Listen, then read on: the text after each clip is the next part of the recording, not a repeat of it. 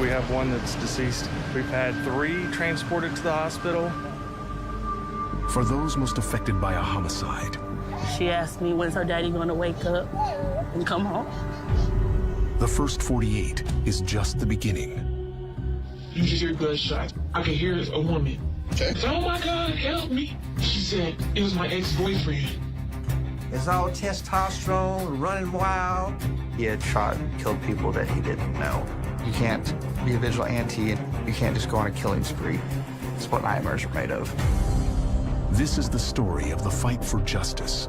A jury of 12 people can say, you deserve an opportunity to be out one day. Everything went off the rails. In the weeks, months, and year. 911, did you police fire medical? I need medical. What's going on? I don't know, I just woke up. I heard the shot noises. And I go on my balcony and it's 2 people. We've got officers on the way. First responders find 4 people shot. 2 men and a woman are wounded. 1 man is dead on the scene.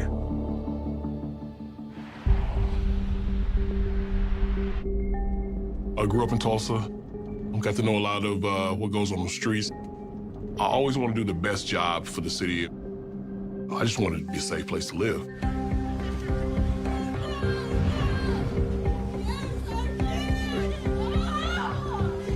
It's a chaotic world. Well, once you get to a scene like that, you have to keep cool. But right now, tensions is real high because we have 4 people shot. You just gotta stay level-headed. You can't get too high and you can't get too low on this job, or we'll eat you alive. What is going on? We have one that's deceased here on the sidewalk in between the apartments. Got a positive ID on him. His name is Joshua Smith. 26-year-old Joshua Smith enrolled in culinary school and had plans to open a restaurant. He is survived by a large family, including his 1-year-old daughter. I can see multiple gunshot wounds. Joshua was shot 8 times.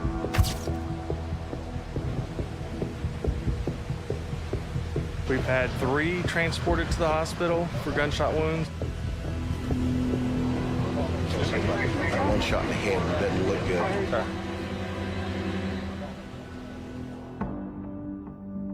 Marco Celestine Jr. is 23 years old.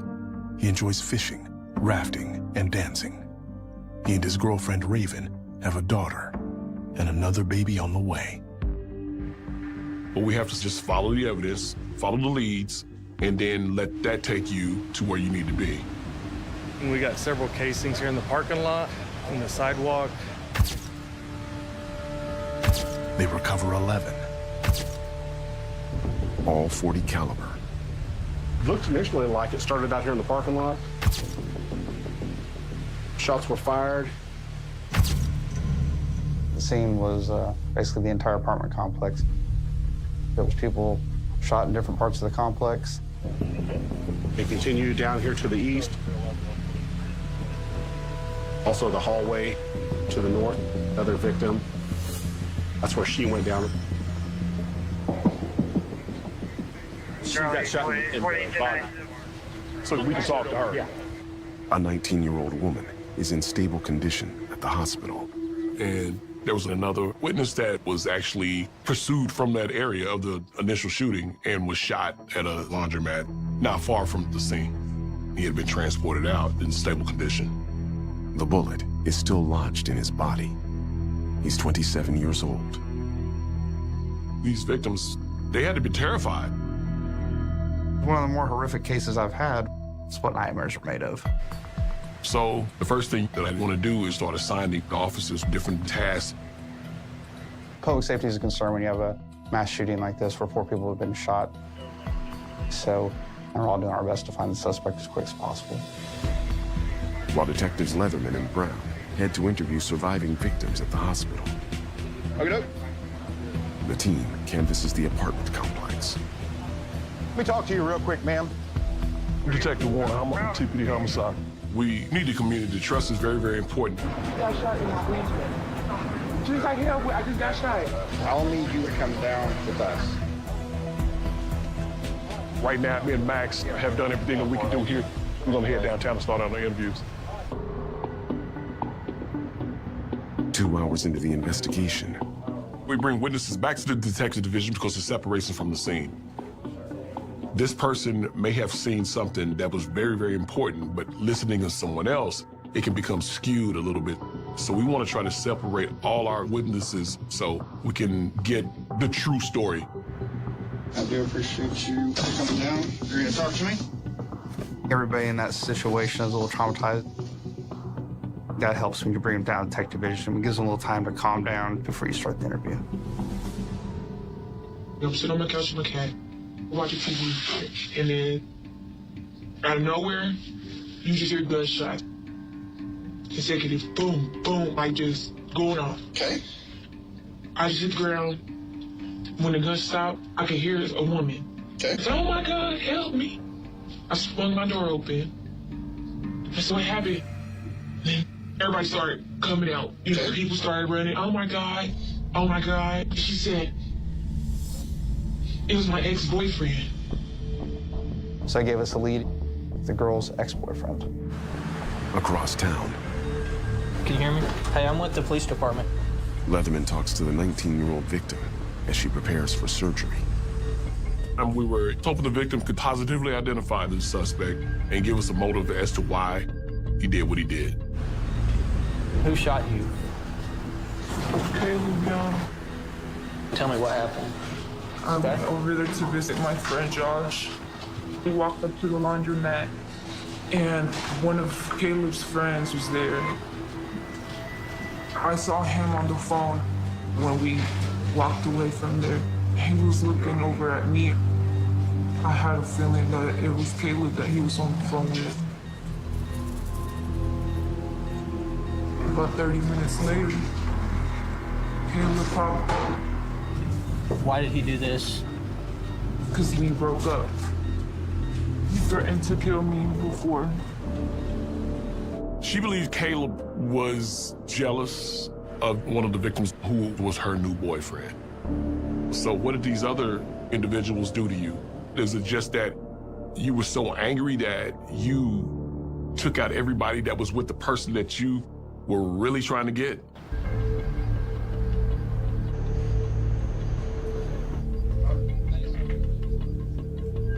Caleb Young. Yeah, There you go. Okay. Feels great whenever you get the suspect identified quickly. 20-year-old Caleb Young recently graduated from Tulsa Tech. He has no prior convictions. It was very odd and it stuck out. Why would someone that had no criminal history end up in the middle of the day, go out on a shooting rampage? Then, Ronnie did hear that Marco was brain dead. Unfortunately, Joshua and Marco got the worst of it. As an advocate, you're trying to make sure each victim is treated individually when you have 4 victims in one case. Joshua Smith's family was obviously, very upset. Between Tulsa Police and our office, we're reaching out to them to get them resources for funeral expenses and updating them. The girlfriend, she's recovering from her injuries. We want to make sure she gets access to resources, but we also want to make sure she's at a place where she's stable enough to have more conversations with us. We have another one that actually survived that is blind, totally blind. We have another victim that's not expected to survive, Marco. Each victim, whether deceased or living, their family is dealing with all of the emotions attached with that, the shock of the crime itself.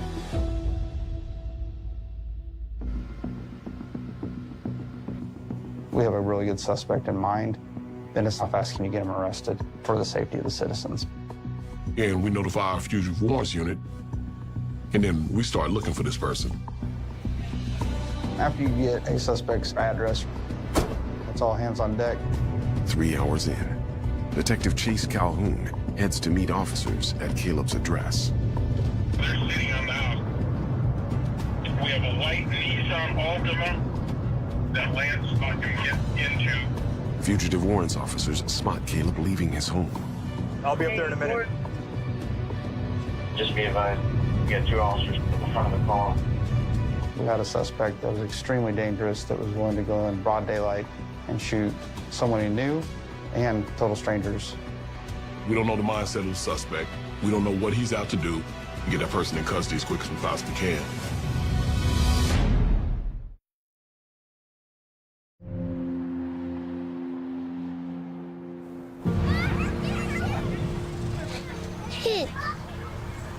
I was 10 weeks pregnant. This is Marco the third. He's 7 months.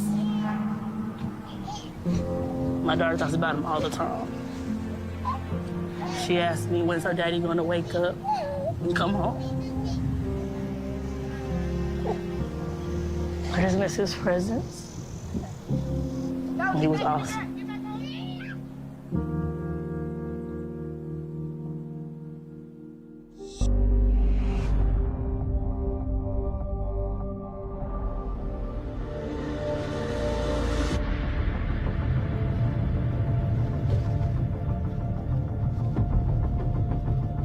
Suspects in custody. Outside Caleb's house,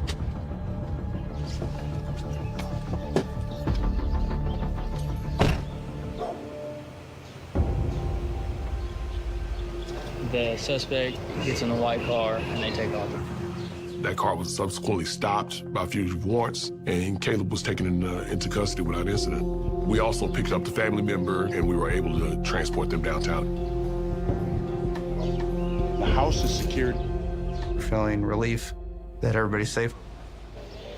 then Are you Dad? I'm Chase Calhoun. How you doing? Chase was actually able to be Caleb's father, Derek, and explain to him the circumstances on why we needed to talk to his son. I had just left home and I hadn't been gone that long. I was like, this is crazy. There's been a shooting out east. So did somebody get hurt? And somebody's dead.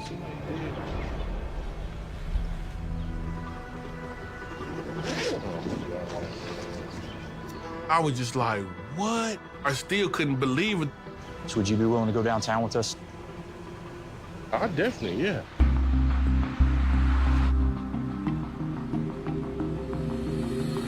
Three hours in, the team will interview Caleb's father and family member first. Now we're gonna do Caleb last and see what he has to say after confronted with all the evidence. It's very unique when a family member of a suspect will come down and actually cooperate. I needed him to provide us with more information. Needed to figure out if Caleb was or was not there. Okay, you have information that you're wanting to pass on? Probably about a month ago, his girlfriend, she had been staying with us. She didn't have a place to go, so I was like, she can stay a week until she get herself together. They was having an argument.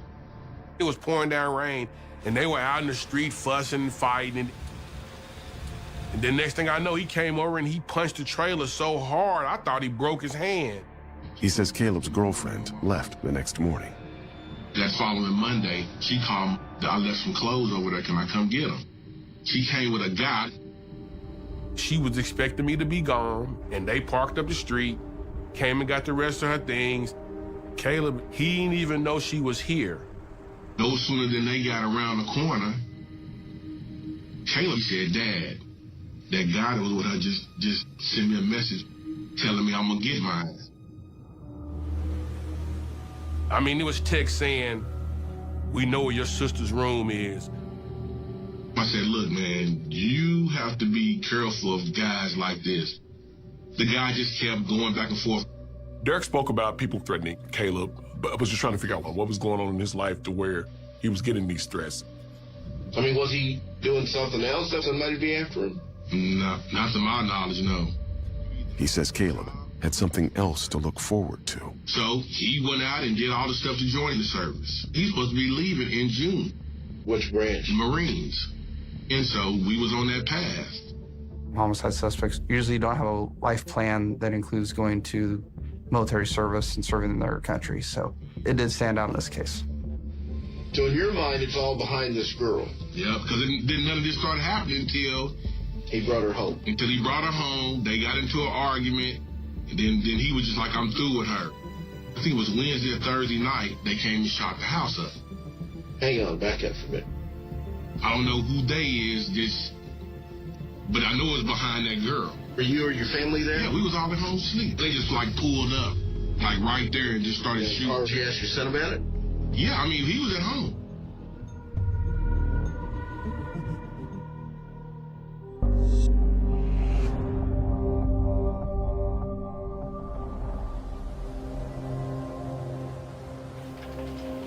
So these are bullet holes that have been patched up. And I still replay that night. That's scary. Prior to the incident, Caleb said, Dad, look, they texting me. They gonna get me. That night, as soon as he came in and sat down and started watching TV, I went in the room. The girls, they were in their rooms. Everybody, we was all here. As soon as I sat down on the edge of my bed, And all I heard was pew, pew. I was like, what in the world? Shots were fired. I could hear the glass like from the car window was breaking. I rolled off of my bed onto the floor, and all I was hearing was Caleb in the living room was like, sis, you good? Are you okay? When I walked in here, he was kind of like he couldn't move, like, what in the world's going on? We needed to figure out why that actually happened and if this thing was connected in any kind of way.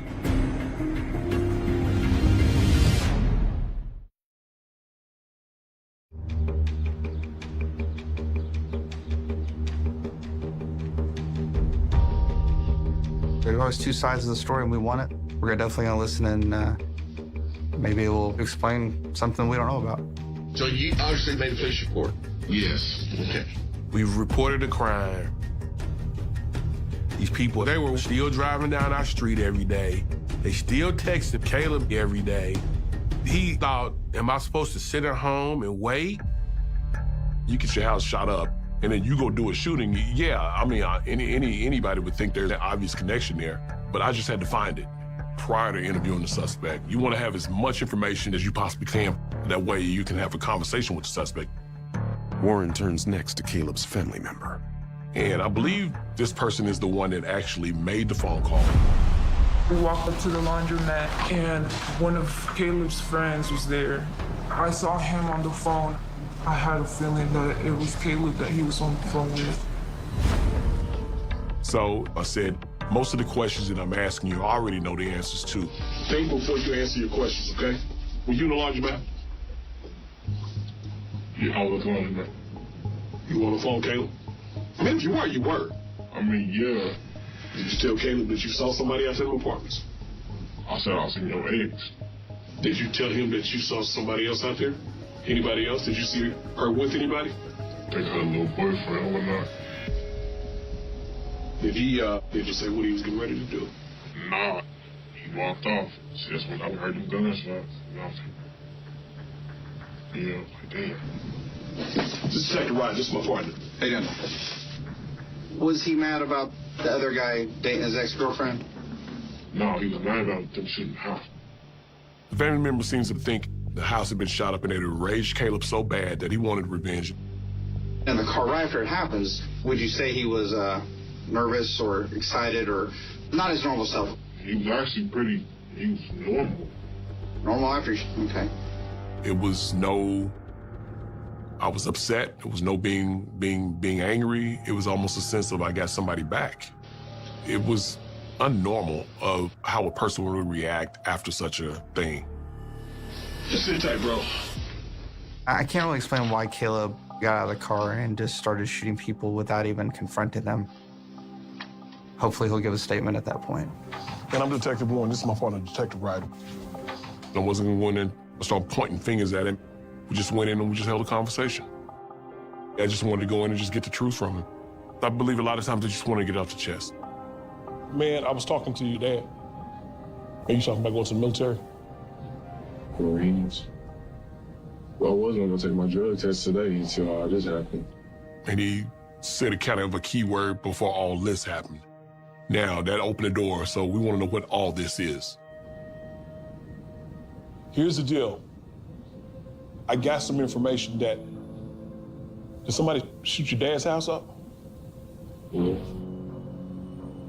Because I broke up with my ex-girlfriend.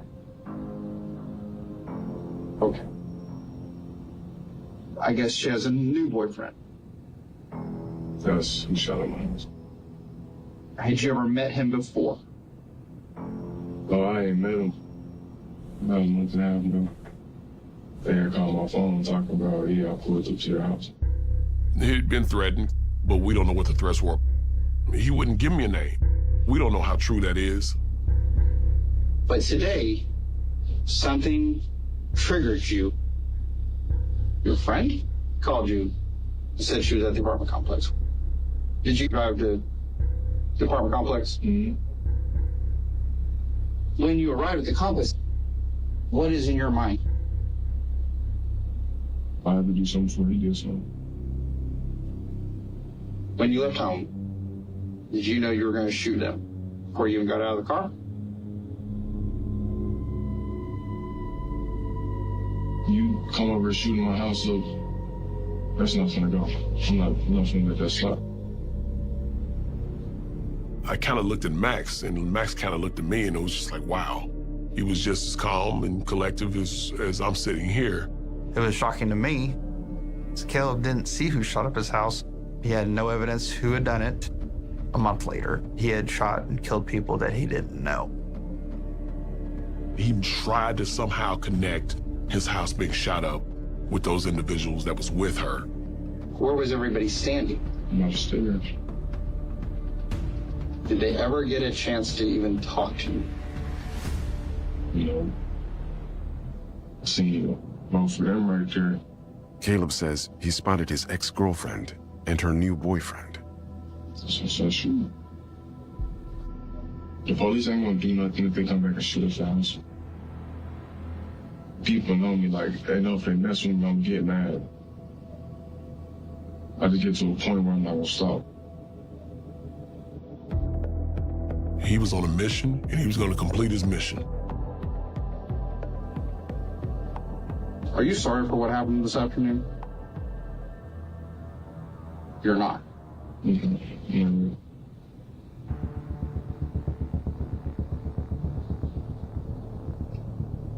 Okay, sit tight with me, okay? You can't be a vigilante, and if your house gets shot up a month ago, you can't just go on a killing spree. He did not care that he had done this. It shocked the conscience. For someone that had just shot 4 people, he was very calm. There has to be something in you to make you kill somebody, take a life of somebody. I was like, man, where's this guy's head at?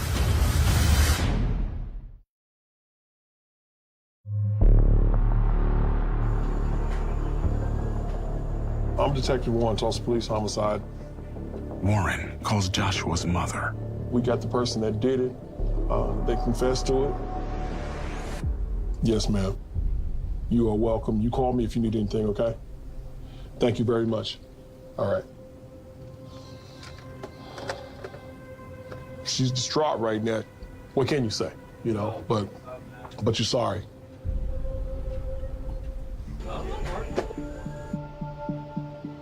I let Derek go in and see his son for the last time. Like your dad? I really, really felt bad for his dad because he had other aspirations for his son. Dude, let it go, man. Let it go. He was about to leave. Why, baby? Why? You was about to go to the Marines, man. You only had 2 or 3 more weeks. You could tell it was hitting him, what he had done. And he finally showed that with his dad, that, hey, Dad, I'm sorry. Just like I told him, I didn't want him to come to us. I love you, man. You know I love you. Now you say, man, the guy does actually have feelings. And that was something to see. I'm gonna protect my family. That's the frame of mind Caleb is in.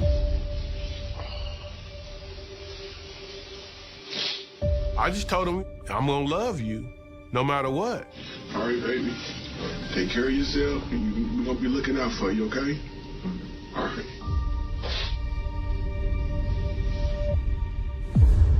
Then, Marco Celestine ultimately died from his injuries. Not only did those two individuals die, you still had two more people that were shot. Now I have one guy that's permanently blind and another that's gonna have just issues the rest of her life. It's heartbreaking, you know? Caleb Young is now charged with 2 counts of first-degree murder and 2 counts of shooting with intent to kill. Once Caleb was arrested, we turned it over to the district attorney's office. It's a simple case from the standpoint of, do we know who shot them? Yes. But does it all make sense? No. As the prosecution prepares their case, Anytime you have a confession, you want an eyewitness who can give us an account that's not Caleb's of what happened that day. We interviewed the ex-girlfriend several days after she leaves the hospital to see if there's anything that she remembered later on down the line. It was a really important part of the investigation to hear from that ex-girlfriend, simply because it would fill in who Caleb Young is and what drove him to do what he did that day.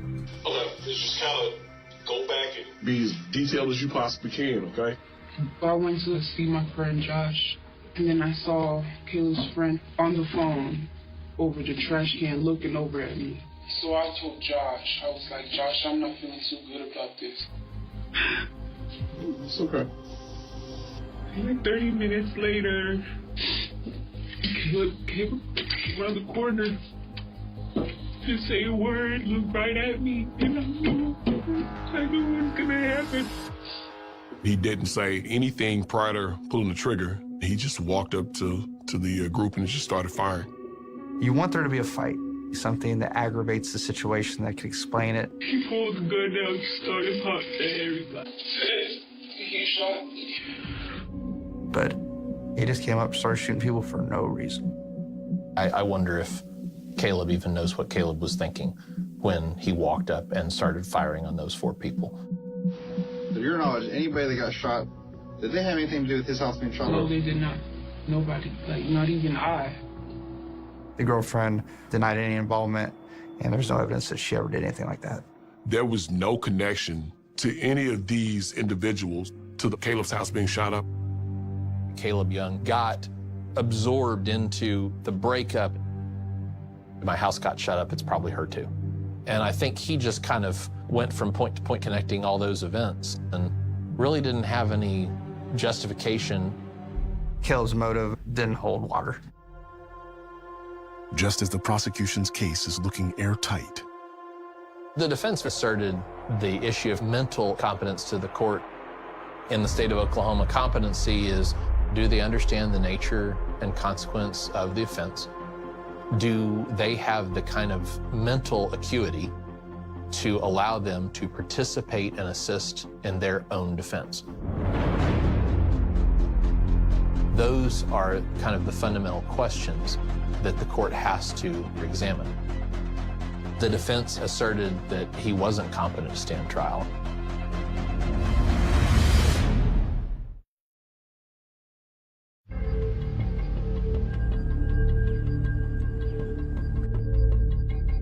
Competency is whether or not you're capable of assisting in your own defense in the courtroom, understanding the process, what's going on, understanding the nature of your charges. Caleb's attorney files a motion claiming her client is not competent to stand trial. She articulated to the court that in his head, he would get probation. He had told his attorney he could probably still go to the Marines, and that he was totally justified in what he did.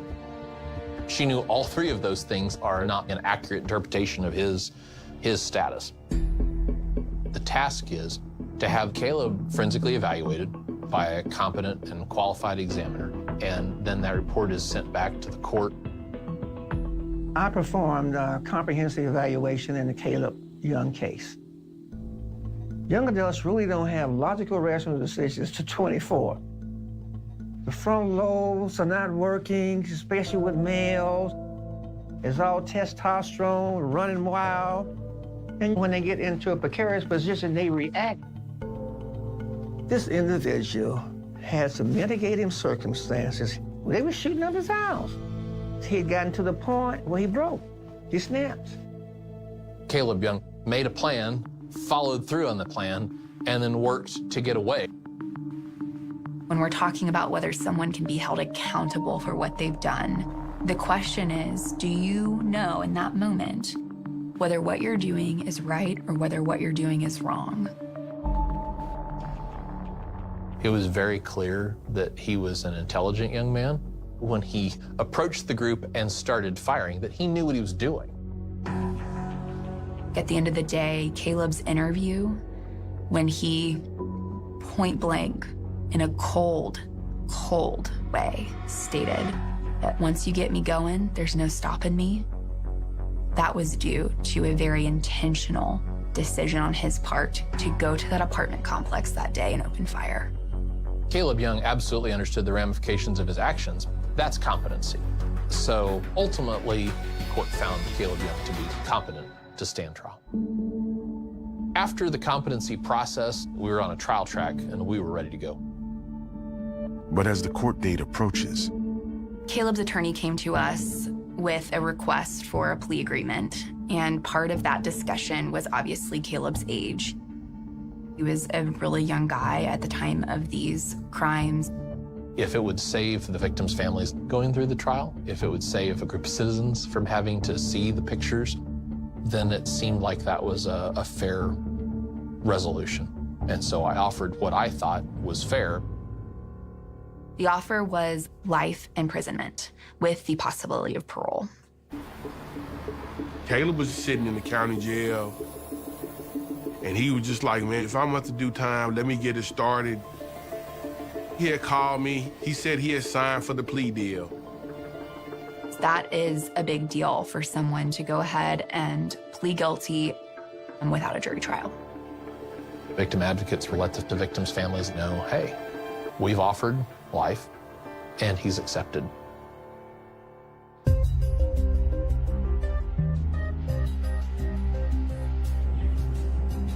the hearing is held in front of the judge, with Caleb and the victims' families present. There's usually an elocution that's written out. The judge usually will read that. This day, this time, I did this. It caused these kinds of injuries. You understand that means life in the penitentiary? Yes. Are you pleading guilty because you are guilty and for no other reason? Yes. And then the atmosphere changed when we hear Raven Smith's victim impact statement. One of the victims was Marco Celestine. Marco had a longtime girlfriend, and Raven stood up to offer some victim impact evidence. She did not get very far into the statement before it was clear she was upset with the plea deal. Right out of the gate was, I don't agree with this. This doesn't take into account the reality that 2 people are dead. This isn't justice, and it's not enough. Raven did not like what the plea was going to be. She said to the judge, "How can you do this and let this person out?" I can imagine it's a very powerful moment that you're up there, and Raven had lost someone she cared about, and she just spoke. Everyone in the courtroom, including us, the defense attorney, and the judge, were caught off guard. The judge cut her off. She did not finish her victim impact statement, and the judge called us into chambers. We were not expecting that at all. The judge brought the plea hearing to a halt. Everything went off the rails.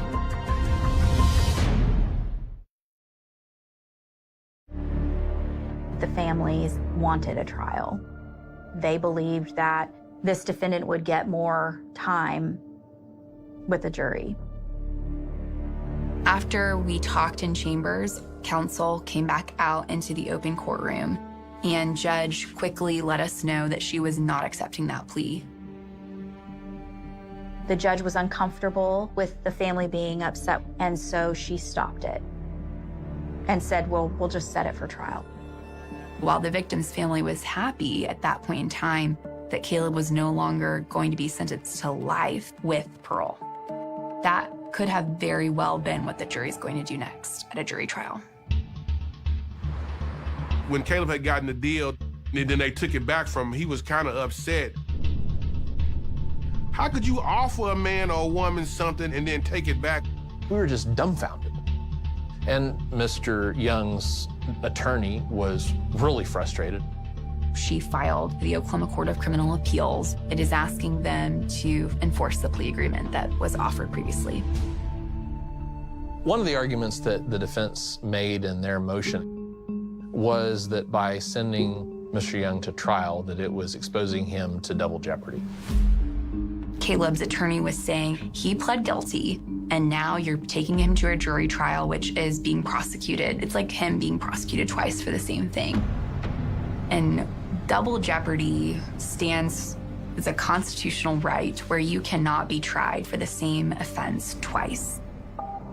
The judge ultimately ruled against the defense. There wasn't a legal basis for the double jeopardy. It restores him back to a presumption of innocence, and let's go to trial. Caleb Young must now face a jury and the families of his alleged victims. We still needed to meet our burden of proof. We had surveillance video and his statements and statements from witnesses and statements that they received from the girlfriend.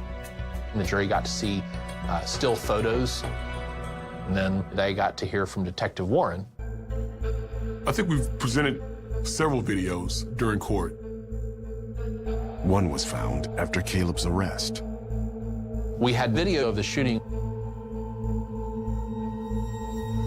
and we had the shooter running away. It really gave us a solid picture of what took place and allowed us to compare that to the eyewitness accounts. The surveillance video was grainy. And the shooter on the surveillance video is right-handed. The defense crossing Detective Warren and asking, would it surprise you if Caleb Young was actually left-handed? The defense said in trial that wasn't Caleb in the video. That was a last-ditch effort to save his life and to raise doubt. And then the jury heard his confession. When you left home, did you know you were going to shoot him before you even got out of the car? And then when we point blank asked him, were you sorry or for what you did? And he said no. I think he pretty much sealed his own doom right then. The jury responded like all of us, of a mixture of shock, surprise, and confusion. Surely somebody wouldn't just say, yeah, I shot him. He presented in his interview so cold, and he was not sorry for what he did. At the end of the day, the hard reality for the defense was her guy said he did it, and that's the thing she was fighting. You shoot 4 people, kill 2 of them, blind 1 of them, and injure the other. What's fair? After 3 days of trial, the jury came back and determined Caleb was guilty of all 4 counts. 2 counts of murder in the first degree and 2 counts of shooting with intent to kill. They recommended life sentences on everything, and it was a life with possibility of parole. A jury of 12 people can say, you deserve an opportunity to be out one day. but ultimately, how Caleb will serve those sentences is up to the judge. The judge takes that and can run them concurrently, meaning running together. Or would the judge run any of them consecutively and stack them such that it would be one life sentence after another and keep him practically in the penitentiary for the rest of his life with no real possibility of parole? When we came back for sentencing, judge ran them against each other. Counts 1, 2, and 3 consecutive and count 4 concurrent. One life sentence after another. The impact is Mr. Young will, in all likelihood, die in a penitentiary. The victims' families were present during the sentencing, and they were very happy. I don't think there is a maximum justice for families who lose someone to homicide. The loss is always there. The best we can do is just give people some sort of finality with the surviving victims. There's some guilt as to why did I live and they didn't. If you're living day to day with a permanent reminder of what happened that day, I can't imagine that it's easy to move forward. People who survive something like this, you know, hopefully they realize how strong they are.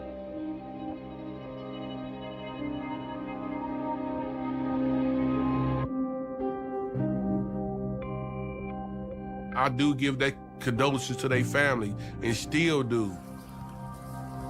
We all know that he had to go to prison and do whatever time. It's definitely life-changing. I would come in here sometime, and when he would not be here, I would just break down.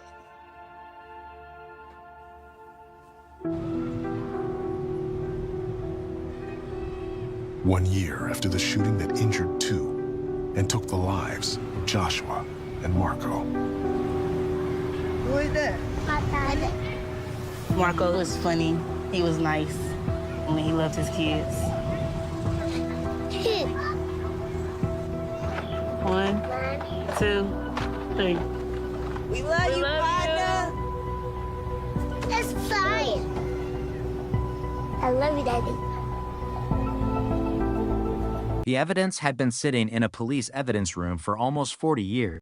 Nobody knew it would become the piece that finally changed everything. In 1984, Salem was quieter than it is today. The streets were darker at night. Fewer cameras watched the roads. There were no cell phones tracking movements, no digital records documenting every transaction, no databases capable of instantly connecting one forgotten name to another.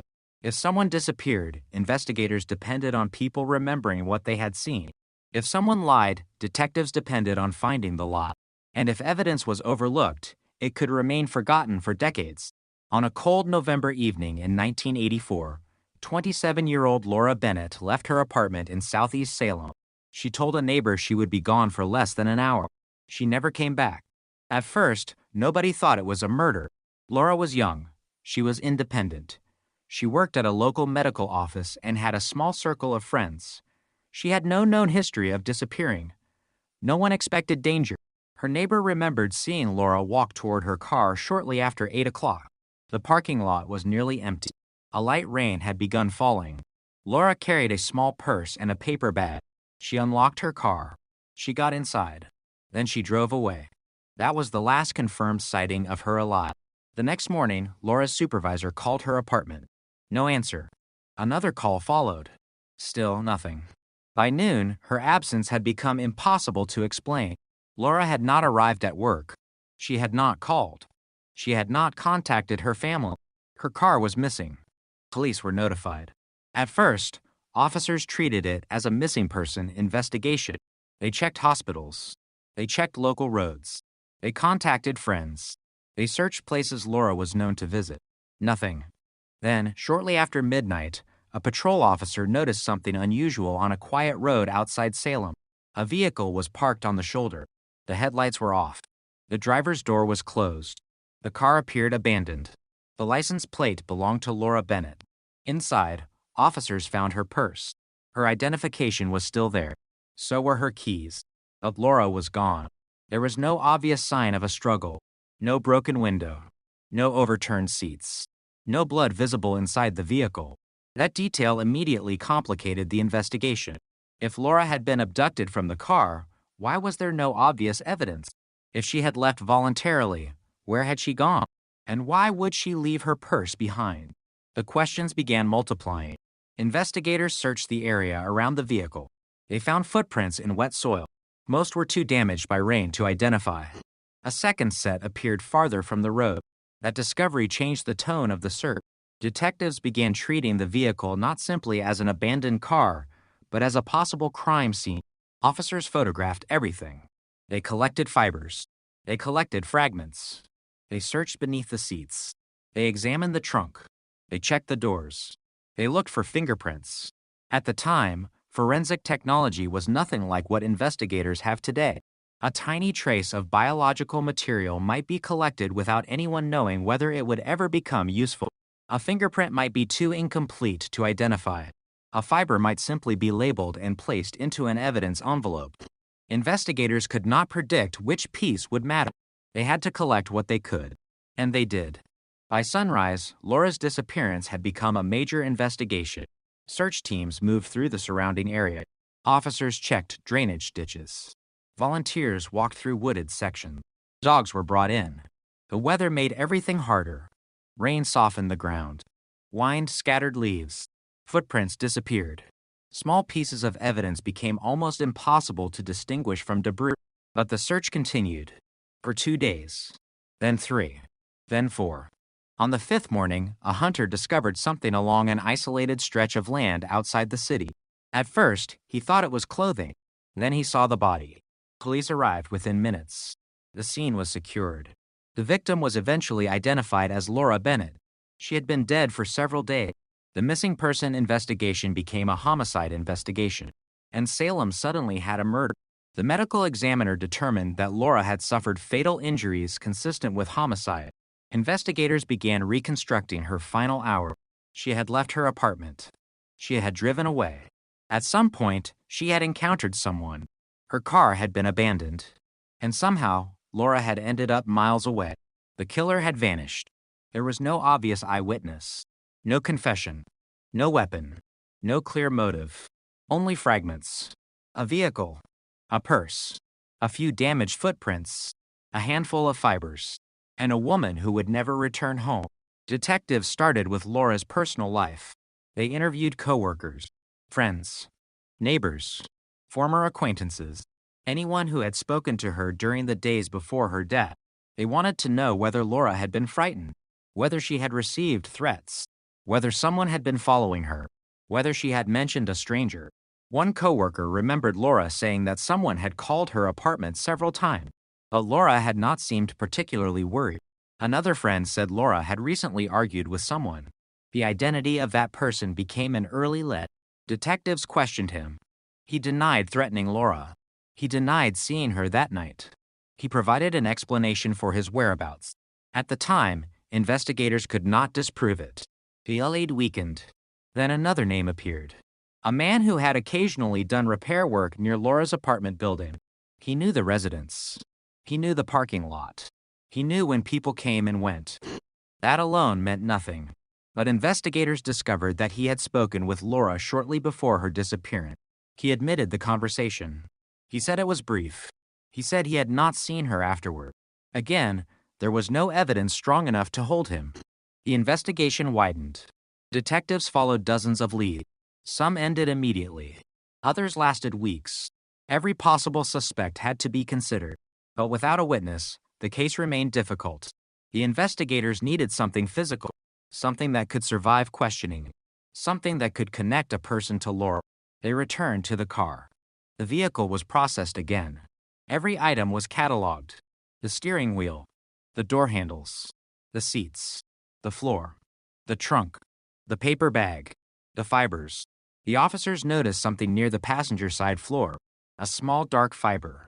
It did not match Laura's clothing.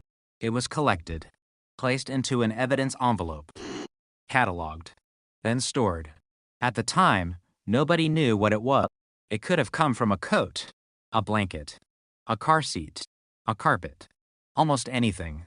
The detective wrote the item into the report, then moved on. There were hundreds of other pieces of information competing for attention. The case continued. Weeks passed, then months. The suspect interviews produced nothing. The laboratory reports produced no decisive identification. The footprints were inconclusive. The fiber could not be linked to a specific person. The weapon was never recovered. And the investigation began losing momentum. That is how a murder becomes a cold case. Not with one dramatic moment. There is no bell, no announcement. One day, detectives simply have fewer places to look. The active leads disappear. The phone stops ringing. The newspapers move on. The family continues waiting. The case remains open. But the investigation becomes quiet. For Laura's family, there was nothing quiet about it. Her mother kept her bedroom almost unchanged. Her younger brother refused to believe that the investigation was finished. He called detectives periodically. He asked whether anything had happened. Most of the time, the answer was the same. Nothing new. Years passed. The file remained. The evidence remained. The names remained. But the people changed. Detectives retired. Witnesses moved. Buildings were demolished. Roads were reconstructed. The city expanded. And the murder slowly became a story that fewer people remembered. Then came the first major break. It happened almost 40 years after Laura disappeared. A detective assigned to review old homicide files opened Laura's case. There was no expectation of a miracle.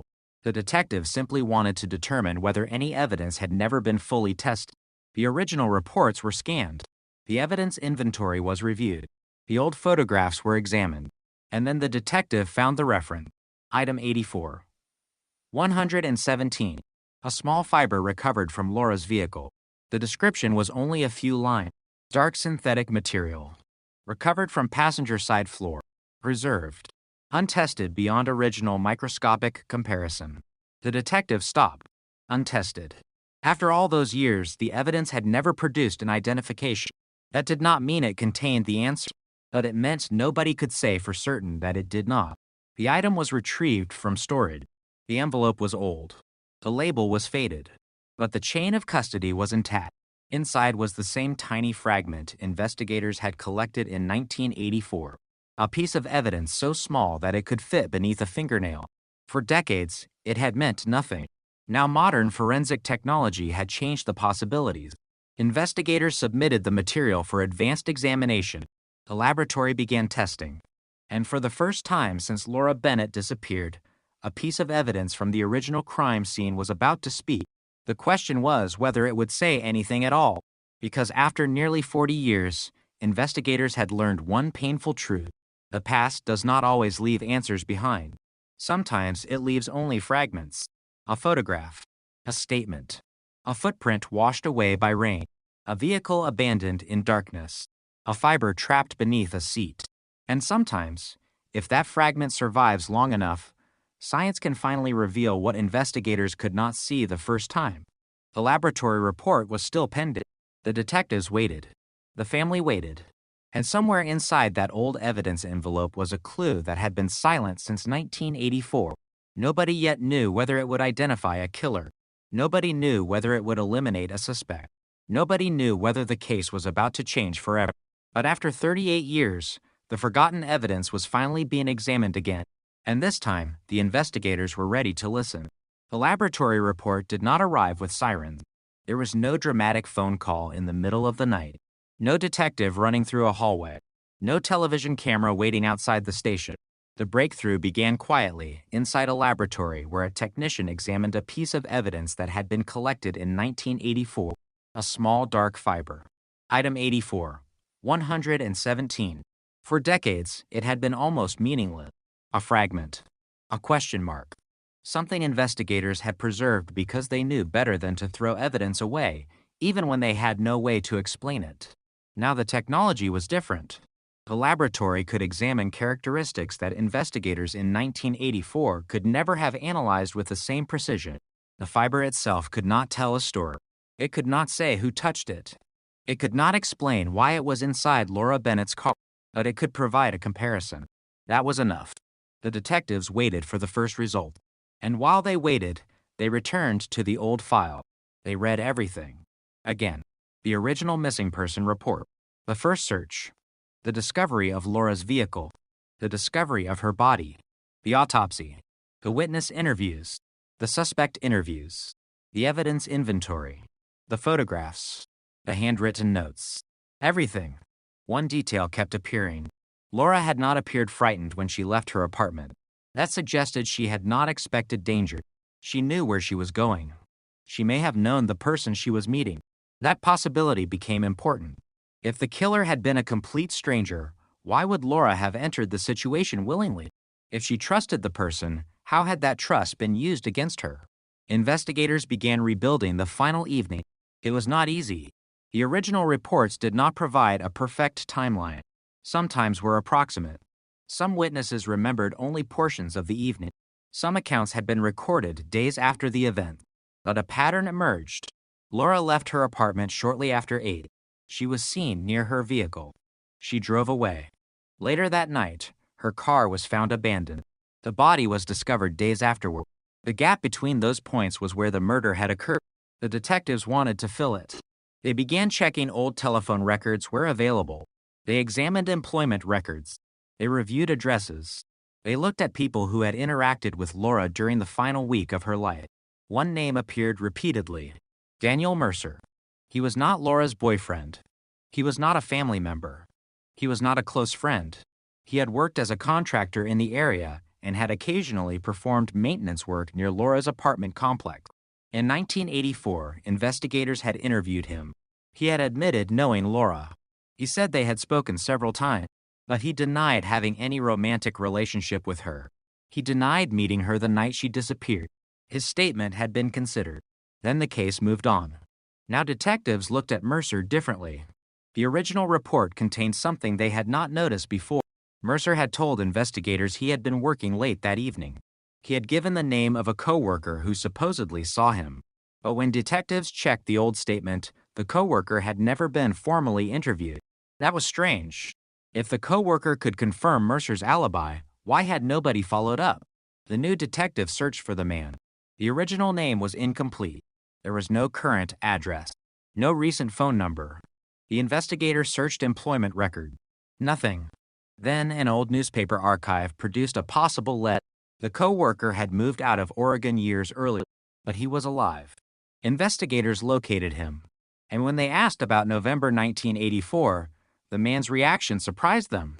He remembered Daniel Mercer, but he did not remember working with him that night. That single statement did not prove anything. Memory after 38 years was unreliable, but it created a problem. Mercer's original alibi could no longer be treated as solid. The detective went back to the file. The old statement was read again. Mercer had been confident. He had given specific details. He claimed he worked until nearly midnight. He claimed he went home directly afterward, but there was no independent documentation proving it. The investigator checked other records. A local business had closed decades earlier. Its employment files were gone. The building itself had been demolished. The past had erased the paper trail, but not everything had disappeared. A former supervisor was still alive. He remembered Mercer. He remembered the job. And he remembered something else. Mercer had left early that night. The supervisor could not remember exactly when, but he believed it was before 9. That was a problem. Laura had left her apartment shortly after 8. Mercer had claimed he was working elsewhere. Now a former supervisor remembered him leaving. The timeline tightened. Investigators needed to know where Mercer went. They searched for additional witnesses.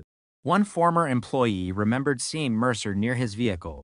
Another remembered that Mercer had been unusually quiet the next day. Neither observation was enough. But the detective now had a reason to look closer. The fiber evidence was still being tested. The witnesses were being re-examined. The old alibi was weakening. And another discovery emerged. In the original case, file was a photograph of Laura's vehicle. The photograph showed the passenger side floor. Near the edge of the carpet was a small dark mark. The image was grainy. The original investigator had circled the area. Item 84, 117. The fiber. The detective compared the photograph with old records concerning Mercer's work. He had performed upholstery and flooring repair. His work involved synthetic material. That did not prove anything. Thousands of people worked with similar material. The detective knew that. But now the fiber had context. It was not simply a mysterious fragment. It could potentially tell investigators whether it came from a material associated with someone connected to Laura. The laboratory completed its first examination. The result was not an identification, but it was useful. The fiber contained characteristics consistent with a specific type of industrial synthetic material. The material was unusual enough to narrow the possibility. Investigators searched old business records. They found a company that had supplied that material in Salem during the 1980s. Mercer had worked for a contractor that used it. Again, coincidence was possible. But the case was accumulating coincidences. The detectives were careful. They did not want to build a theory around circumstantial connection. They needed independent evidence, so they looked at the physical evidence again. The vehicle, the fiber, the fingerprints, the photographs, the original search. They asked whether anything else had been missed. Then they found another item, a small fragment recovered from Laura's clothing. It had been classified in 1984 as an unidentified synthetic material. It had never been compared with the fiber from the vehicle. Now investigators sent both items to the laboratory. The laboratory compared their chemical and physical characteristics. The results showed similarities. The two fragments were consistent with the same material type. That did not establish who had left the material, but it suggested that the evidence from the vehicle and the victim might have a common source. Investigators now had two related fragments, one from the car, one from Laura's clothing, the same type of material, and Mercer had a professional connection to that material. The case was becoming more complicated, but it was also becoming more focused. Then investigators found something unexpected in the original autopsy record. There had been microscopic debris collected from Laura's clothing. The material had been preserved. At the time, investigators had not been able to identify it. The evidence had been stored for decades. Now it was tested. The laboratory found a mixture of fiber. Some were consistent with Laura's own clothing. Others were not. One fragment was unusual. It was consistent with the same synthetic material found in the vehicle. The detectives stared at the report. The same unusual material appeared in two separate locations. Laura's clothing, Laura's car. That meant the material could have been transferred. Someone or something had moved between those locations. The question became whether Mercer had access to it. Investigators searched his employment history. He had worked with the material. They located former coworkers. One remembered Mercer frequently carrying rolls of the material in his vehicle. Another remembered that he had complained about the material sticking to clothing. That sounded insignificant. But in a homicide investigation, insignificance can change quickly. Investigators searched for records of Mercer's vehicles. The vehicle he owned in 1984 was gone, but photographs existed. An old insurance record showed the model. A former mechanic remembered working on it. The detective wanted to know whether that vehicle could have transported Laura. The answer was uncertain. The original vehicle had been sold. No forensic examination was possible. Again, the case encountered a wall. The detective could not prove that Laura had ever been inside Mercer's vehicle, but they could establish that Mercer had access to the same type of material found on Laura. The next question was more important. Did Mercer know Laura well enough to persuade her to leave with him? A former neighbor provided an answer. She remembered seeing Mercer speaking with Laura several times. She said Laura appeared comfortable around him. There had been no obvious conflict. That meant Laura could have willingly approached him. The investigators now had a possible scenario. Laura leaves home. She meets someone she knows. She enters a vehicle or travels with that person. Something happens. Her own vehicle is later abandoned. The killer leaves the area. But investigators still needed proof. The scenario was not enough. The laboratory result was still incomplete. The detectives were waiting for the most important question. Could the old evidence contain biological material? The fiber itself might not, but other evidence could. The original investigators had collected material from Laura's clothing. Some samples had been preserved.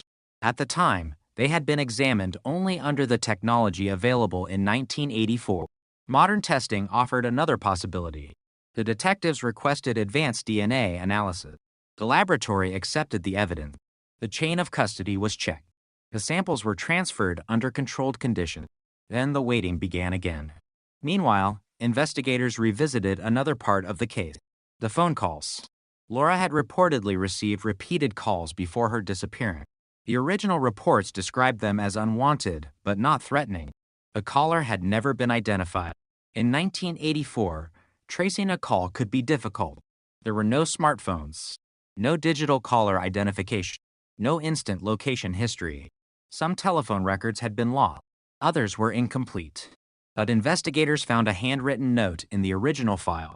Laura had written down a number that had never been fully investigated. The detective checked it. The number had been disconnected decades earlier, but an old directory linked it to a business.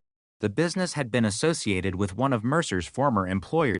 That was the first connection between Mercer and the unexplained call. It was not proof. It was another lead. The detective followed it. A former employee remembered Mercer using the business phone. He said Mercer sometimes called people from there, but he could not remember whom. Again, memory. Again, uncertainty. Yet the pattern continued. Laura had received unexplained call. Mercer had access to a phone associated with the number. Mercer knew Laura. Mercer had been interviewed in 1984. His alibi was now questionable. Material associated with his work had appeared in evidence connected to Laura, and the laboratory was testing preserved biological material. The detectives were no longer asking whether Mercer should be considered. They were asking what else could be proven. Then the laboratory called.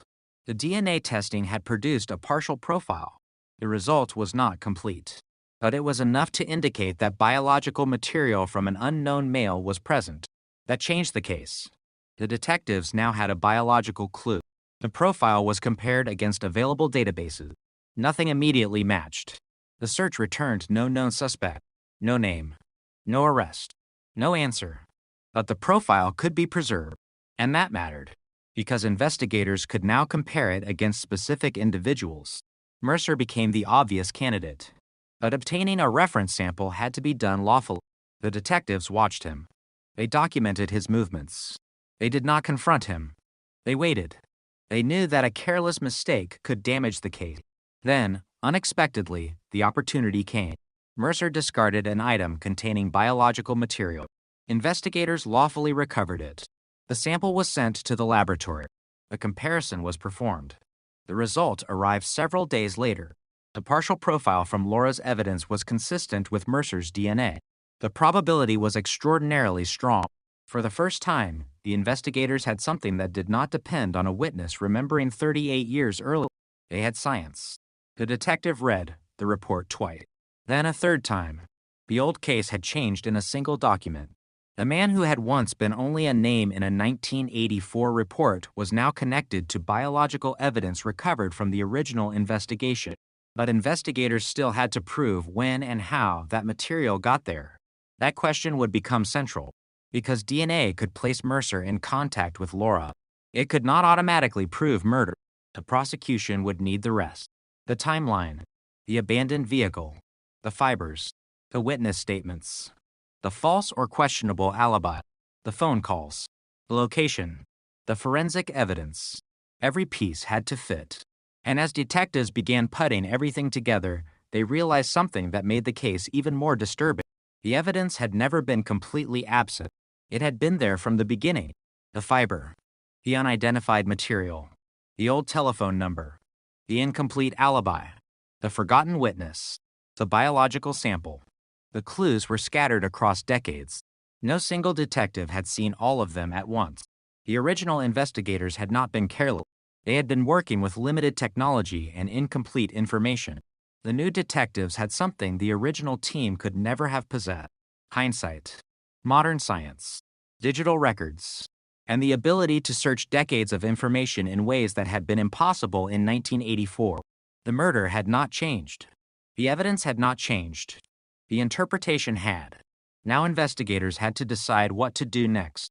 They could not simply announce that the case was solved. They had to build it, piece by piece, fact by fact, evidence by evidence. Because after 38 years, the difference between a breakthrough and a conviction would depend on one thing: whether the evidence could tell a complete story. And the story was beginning to take shape. Laura had trusted someone. That person had become the last link between her life and her death. And for almost 4 decades, that link had remained hidden inside evidence nobody knew how to read. Now the detectives knew the name: Daniel Mercer. They had the DNA. They had the timeline. They had the old statements. And they had one final problem. They still had to prove what happened after Laura got into that car. Because somewhere in those missing hours was the moment when a disappearance became a murder. And that moment was still waiting to be reconstructed. The name was Daniel Mercer. For 38 years, that name had existed inside the investigation without becoming the answer. Now it was different. Now the name was connected to a DNA profile. A profile recovered from evidence collected in 1984. Evidence that had survived in storage. Evidence that had been almost forgotten. Evidence that modern science had finally been able to interpret. But the detectives knew better than to celebrate. A DNA match could change an investigation. It could not, by itself, reconstruct a murder. It could not explain the missing hour. It could not tell a jury what happened between the moment Laura Bennett left her apartment and the moment her body was discovered. The detectives needed the story. Not a theory. Not a guess. A sequence of events supported by evidence. And that meant going back to the night Laura disappeared. They started with the last confirmed sighting. 8 o'clock. Laura leaving her apartment. The rain had already begun. The parking lot was dark. Her neighbor saw her unlock the driver's door. Laura placed a paper bag inside the car. She entered. The engine started. Then she drove away. The neighbor remembered nothing unusual. No argument. No shouting. No struggle. No second person. At the time, that seemed ordinary. Now it was one of the most important observations in the entire file. Laura had not been forced into her car. She had not appeared frightened. She had left voluntarily. That suggested one possibility. She knew where she was going. And perhaps she knew the person she intended to meet. Investigators returned to Laura's phone record. The records were incomplete, but the old notes contained references to several calls received during the previous week. The number that appeared most often was associated with a business where Mercer had worked. That connection had been overlooked in 1984. Now it seemed significant. The detectives searched the old business address. The building was gone. A modern structure stood in its place, but the city's archived records still contained information about the company. Mercer had worked there. He had access to the telephone. He had access to the vehicles. And he had known Laura. The connection was becoming difficult to dismiss. The detectives still needed to understand why Laura would agree to meet him. They found the answer in an old statement from one of Laura's friends. The friend remembered Laura mentioning Mercer, not romantically, not fearfully, just casually. Laura had apparently asked Mercer for help with a problem involving her car. That detail had been buried in the original interview. The detective circled it. If Laura expected Mercer to help with her car, then meeting him would have seemed completely normal. She had no reason to believe she was walking toward danger.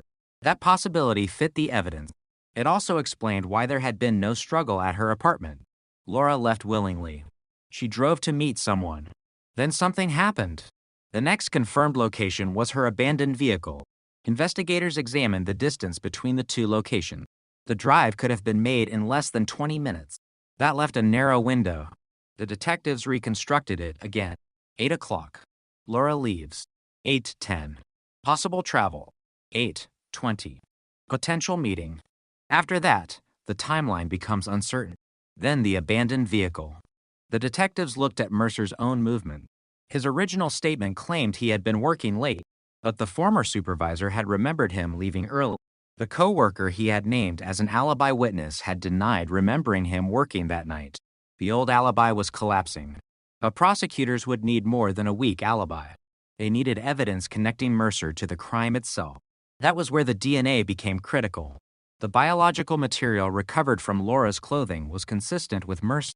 The laboratory could not determine the exact moment of transfer, but it established a connection.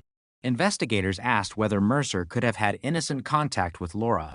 The answer was yes. He had known her. He had spoken with her. He had worked around her apartment. There were innocent explanations. That meant the DNA alone could not solve the case. The detectives needed the surrounding evidence. They examined the fiber evidence. The unusual synthetic material found inside Laura's vehicle matched material associated with Mercer's work. A similar material had also been recovered from Laura's clothing. Again, there was an innocent possibility. Mercer worked with the material. He could have encountered Laura during ordinary circumstances, but investigators noticed something else. The material was not common household fabric. It was a specialized industrial product. Mercer had regularly handled it. Laura had no known reason to possess it. The detectives sent the material for additional comparison. The laboratory confirmed the fibers were highly consistent. That still was not enough for an arrest, but it strengthened the chain. Then investigators returned to the abandoned vehicle. The original photographs showed something that had not received much attention in 1984. The passenger seat was pushed farther back than Laura normally positioned it. That detail came from a friend who knew how Laura drove. She was short. She kept the seat close to the steering wheel. In the photographs, the passenger seat was positioned unusually far backward. That could mean nothing. Someone could have moved it. A mechanic could have adjusted it. Laura herself could have changed it. But investigators now asked a different question. Could someone else have been sitting there? The answer was possible. The detectives examined the passenger side door. The original evidence report mentioned a faint partial fingerprint. It had been too incomplete for identification in 1984. Modern technology allowed investigators to enhance the image. The print was still insufficient for a definitive identification, but its location was interesting. It was on the interior door handle. A person sitting in the passenger seat could have left it. The detectives compared the pattern with Mercer's known print. The result was inconclusive. The print was too degraded. That was frustrating. Another clue. Another partial answer. Another dead end. But the case was no longer dependent on one piece of evidence. The detectives were building a mosaic, and every piece mattered. They interviewed former neighbors again. One woman remembered seeing a dark pickup near Laura's apartment on the night she disappeared. She could not remember the license plate. She could not remember the exact model, but she remembered a distinctive feature, a damaged taillight. Investigators searched old photographs of Mercer's vehicles. One truck matched the description. The passenger side rear light had been damaged around the same period. Mercer had repaired it shortly afterward. That information came from an old repair invoice. The invoice was dated 3 days after Laura disappeared. The detectives stared at the date. 3 days. The truck had been damaged. The witness remembered a damaged taillight. Mercer had given no explanation for the damage. Again, none of it was proof. But the pattern was becoming stronger. The detective requested the old repair record. It contained one line of handwritten information. Customer reports damage occurred while parked. That was Mercer's explanation. But investigators now had another question. Where had the truck been parked? No location was recorded. The mechanic had not asked. Or if he had, the answer was not written down. Another missing detail. Another gap. The detectives began looking for someone who might remember. The repair shop had closed years earlier, but the mechanic was alive. He was contacted. He remembered Mercer. He remembered the truck. He remembered the damaged taillight. And he remembered something that was not in the invoice. Mercer had arrived late at night. He seemed nervous. He had asked whether the repair could be done quickly. The mechanic could not remember the exact date until investigators showed him the invoice. Then the memory returned. It had been shortly after the murder. That statement did not prove Mercer had killed Laura, but it gave investigators another piece. The truck, the damaged light, the witness, the repair, the timeline. Everything was beginning to point toward the same night. The detectives now examined whether the truck could have been involved in moving Laura. The original investigation had focused almost entirely on her own vehicle. They had never thoroughly examined Mercer's truck. There was nothing left to examine physically. It had been sold decades ago, but investigators could reconstruct its size and interior. They compared it with the known crime scene evidence. The theory was possible, but investigators needed more. They returned to the location where Laura's body had been found. The area had changed. The road was wider. Nearby properties had been developed, but old aerial photographs survived. Investigators compared the landscape from 1984 with the present. The location had been isolated. A vehicle could have entered without being noticed. A person could have approached the area without witnesses.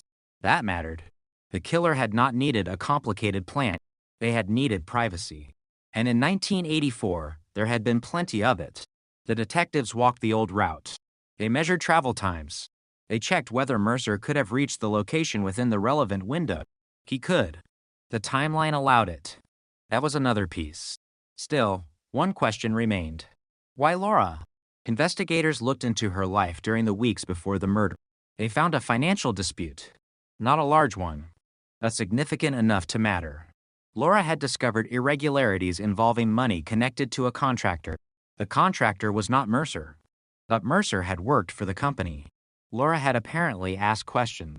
She had wanted documents. She had become uncomfortable.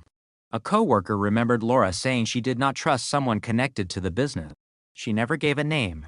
The detective wondered whether the statement had been recorded somewhere. It had, buried inside a personnel interview. The co-worker had told police in 1984 that Laura had complained about someone at the contractor's office.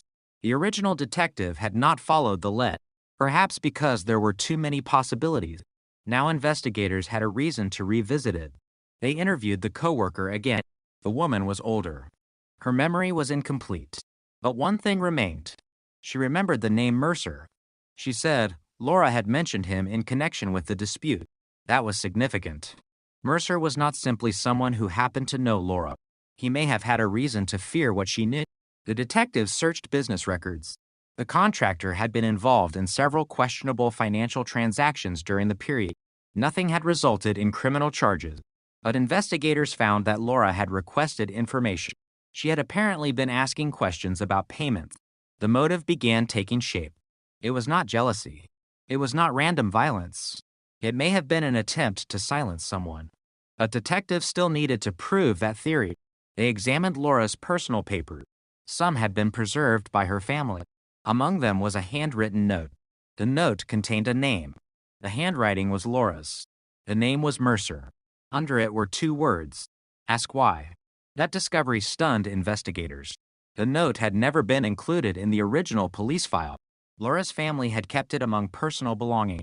They had not understood its importance. The detective photographed it. The handwriting was examined. The note appeared authentic. But what did "ask why" mean? There was no date, no explanation, no additional sentence. It could have referred to something completely unrelated, but the timing was disturbing. The note had been found among papers Laura had used during the weeks before her death. The detectives now had a possible motive, a possible connection, a possible timeline, a DNA link, a fiber link, a questionable alibi, a damaged vehicle, and a witness who remembered Mercer near Laura's apartment. The case had transformed. For 38 years, the investigation had been a collection of unanswered questions. Now those questions were beginning to connect. But investigators knew the most dangerous stage was still ahead. They had to decide whether the evidence was strong enough to accuse a man of murder committed nearly 4 decades earlier. They could not afford to be wrong. A wrongful accusation would destroy the credibility of the entire investigation. So they tested everything: the DNA, the fiber, the timeline, the witness statements, the old records, the handwritten note, the vehicle evidence. Every fact was challenged. Every alternative explanation was considered. And then the detectives found the detail that finally changed their understanding of the case.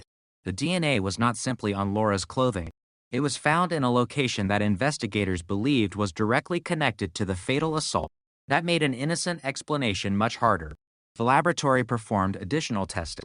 The result remained consistent. Mercer's DNA, Laura's evidence, the same case, the same night, the same 38-year-old mystery. Now the detectives had something they believed could withstand scrutiny. They prepared the investigative package. The prosecutor reviewed it. Questions were asked. More documents were requested. The detectives supplied them.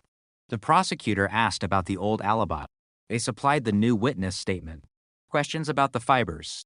They supplied the laboratory comparison. Questions about the DNA. They supplied the complete forensic report. Questions about motive. They supplied the financial records. Piece by piece, the case became harder to dismiss. The warrant request was prepared. For the first time since 1984, the investigation had reached a moment nobody had expected to see again. An arrest was coming. But before the suspect could be taken into custody, investigators had one final task. They had to find him. Daniel Mercer had lived under the radar for decades. He had changed addresses. He had changed jobs. He had built a life that had nothing to do, publicly, with Laura Bennett. But the investigators found him. He was living outside Oregon. He had no idea that the evidence from 1984 had survived. He had no idea that modern testing had connected him to the case. And he had no idea that detectives had reconstructed the night. The warrant was approved. The arrest team began planning. There would be no warning, no press conference, no public announcement. The investigators wanted the operation quiet, because the man they believed had escaped justice for nearly 4 decades was about to hear the name he had not heard in an official accusation since 1984, Laura Bennett. The case was no longer cold. The evidence had finally spoken. And this time, investigators were listening. The arrest team arrived before sunrise. The sky was still dark. Daniel Mercer was inside the house. He had lived there for years. To his neighbors, he was simply an older man who kept to himself. There was nothing about the quiet house that suggested a homicide investigation. Nothing suggested that detectives had been rebuilding a murder case around him. Nothing suggested that a 38-year-old file had suddenly become active again. Then the knock came. Mercer opened the door. For a moment, nobody spoke. A lay detective showed his badge, then the warrant. Mercer's expression changed. Not dramatically, just enough. The detective watched his eyes move across the document. Then he said the words Mercer had spent decades believing he would never hear. "You're under arrest for the murder of Laura Bennett." The house became silent. Mercer did not immediately respond. He looked at the detective, then at the warrant, then back at the detective. He asked one question. Why now? The answer was simple. DNA. The detective did not explain the entire case. He did not need to. Mercer was handcuffed. The door closed behind him. And 38 years after Laura Bennett disappeared, the man investigators believed was responsible was finally in custody. News spread through Salem within hours. The headline appeared everywhere. A forgotten murder. A decades-old disappearance. A DNA breakthrough. An arrest. For Laura's family, the news was almost impossible to absorb. They had heard versions of hope before. Every few years, another investigator would contact them. Another lead. Another possible suspect. Another review. Then nothing. This time was different. There was a name. There was an arrest. There was forensic evidence. There was a courtroom. But an arrest is not a conviction. The investigators knew that. The prosecutor knew it. And the defense would make sure everyone remembered it. Mercer's attorney immediately challenged the case. The defense argued that the DNA evidence could have an innocent explanation. Mercer had known Laura. He had worked near her apartment. He had interacted with her. Contact was possible. The defense questioned the age of the evidence. They questioned the preservation methods. They questioned the laboratory testing. They questioned witness memories. And they attacked the timeline. 38 years was a long time. People forget. Records disappear. Buildings are demolished. Vehicles are destroyed. Witnesses die. Memories change. The defense argued that investigators were trying to reconstruct a story from fragments. The prosecution responded with the evidence. Not emotion. Not headlines. Evidence. The biological material had been collected in 1984. It had remained sealed. The chain of custody was documented. The modern laboratory testing produced a profile consistent with Mercer. The evidence had not appeared yesterday. It had existed since the original investigation. That distinction mattered. The prosecution argued that modern science had not created evidence. It had revealed information already contained inside evidence collected decades earlier. The courtroom became the new crime scene. Every old document mattered. Every statement was examined. Every photograph was enlarged. Every timestamp was questioned. The prosecutor began with Laura. Not the suspect. Not the DNA. Laura. She was 27 years old. She had a job, friends, family, plans. She had walked out of her apartment expecting to return. She never did. The prosecution showed photographs from 1984. Laura smiling. Laura with friends. Laura at work. The photographs were old. The faces were young. The room became quiet. Then the prosecutor showed the photograph of Laura's abandoned car. The contrast was brutal. One image showed a woman alive. The next showed the vehicle from which she disappeared. The case was no longer an abstract collection of evidence. It had a victim. Then came the timeline. 8 o'clock. Laura leaves. The possible meeting. The abandoned vehicle. The later discovery of her body. The prosecution placed each event on a board. The defense immediately challenged the uncertainty. There were no cameras, no electronic location record, no GPS, no modern digital trail. But the prosecutor did not pretend there was certainty where there was none. Instead, the case was presented as a series of independently supported facts. That made the timeline more powerful. Laura left her apartment. Mercer had a connection to her. Mercer's original alibi was contradicted by a former coworker. A vehicle associated with Mercer had damage shortly after the murder. A witness remembered a similar vehicle near Laura's apartment. Specialized fibers associated with Mercer's work were recovered from evidence connected to Laura, and biological material recovered from the original investigation produced a DNA profile consistent with Mercer. The defense attacked each piece individually, but prosecutors kept bringing the pieces back together. One fiber could be coincidence. One witness could be mistaken. One damaged taillight could be unrelated. One questionable statement could be explained. One DNA result could theoretically have an innocent explanation. But the question was not whether each piece could be explained separately. The question was whether all of them could be explained together. That was harder. Much harder. The prosecution then introduced the old telephone evidence. Laura had received repeated calls before her death. The number had been connected to a business associated with Mercer. The defense argued that multiple employees had access to the phone. That was true. The prosecutor acknowledged it. But then another document appeared, a handwritten note from Laura. The name Mercer. 2 words. Ask why. The defense objected. The judge allowed the note to be considered only within its proper evidentiary context. The prosecutor did not claim the note was a confession or a direct accusation. It was simply evidence of Laura's concern, evidence that she had written Mercer's name before she died. The defense argued that the note could have referred to anything. That was also true. Nobody could prove what Laura meant, but the note added another layer to the investigation. Then came the witness from the repair shop. The mechanic took the stand. He was older now. His hair was white. His voice was slower. He remembered Mercer bringing in the truck. He remembered the damaged taillight. He remembered Mercer appearing nervous. The defense asked how he could remember something from 1984. The mechanic admitted he could not remember every detail, but he had the original repair invoice. The date was written on it. The vehicle description was recorded. His testimony was not based entirely on memory. It was anchored by a document created at the time. That distinction strengthened the prosecution's argument. The mechanic had not suddenly invented the memory after investigators contacted him. The paper had existed for decades. The repair had existed. The date had existed. Only the significance was new. Then came the DNA expert. The courtroom became silent. The expert explained the testing process, the original evidence, the preservation, the modern analysis, the profile, the comparison, the probability. The defense asked about contamination. The expert explained the safeguard. They asked about transfer. The expert acknowledged that transfer was scientifically possible. Then came the critical question. Could the DNA have reached the evidence through ordinary innocent contact?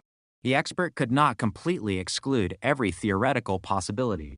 Science rarely speaks in absolute terms, but the location and condition of the biological material made the prosecution's interpretation far more likely.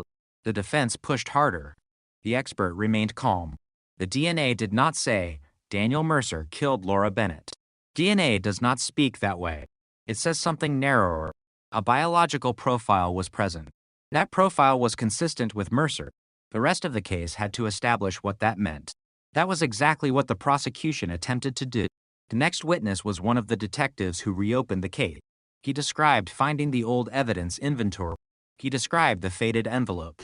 He described reading the phrase untested beyond original comparison.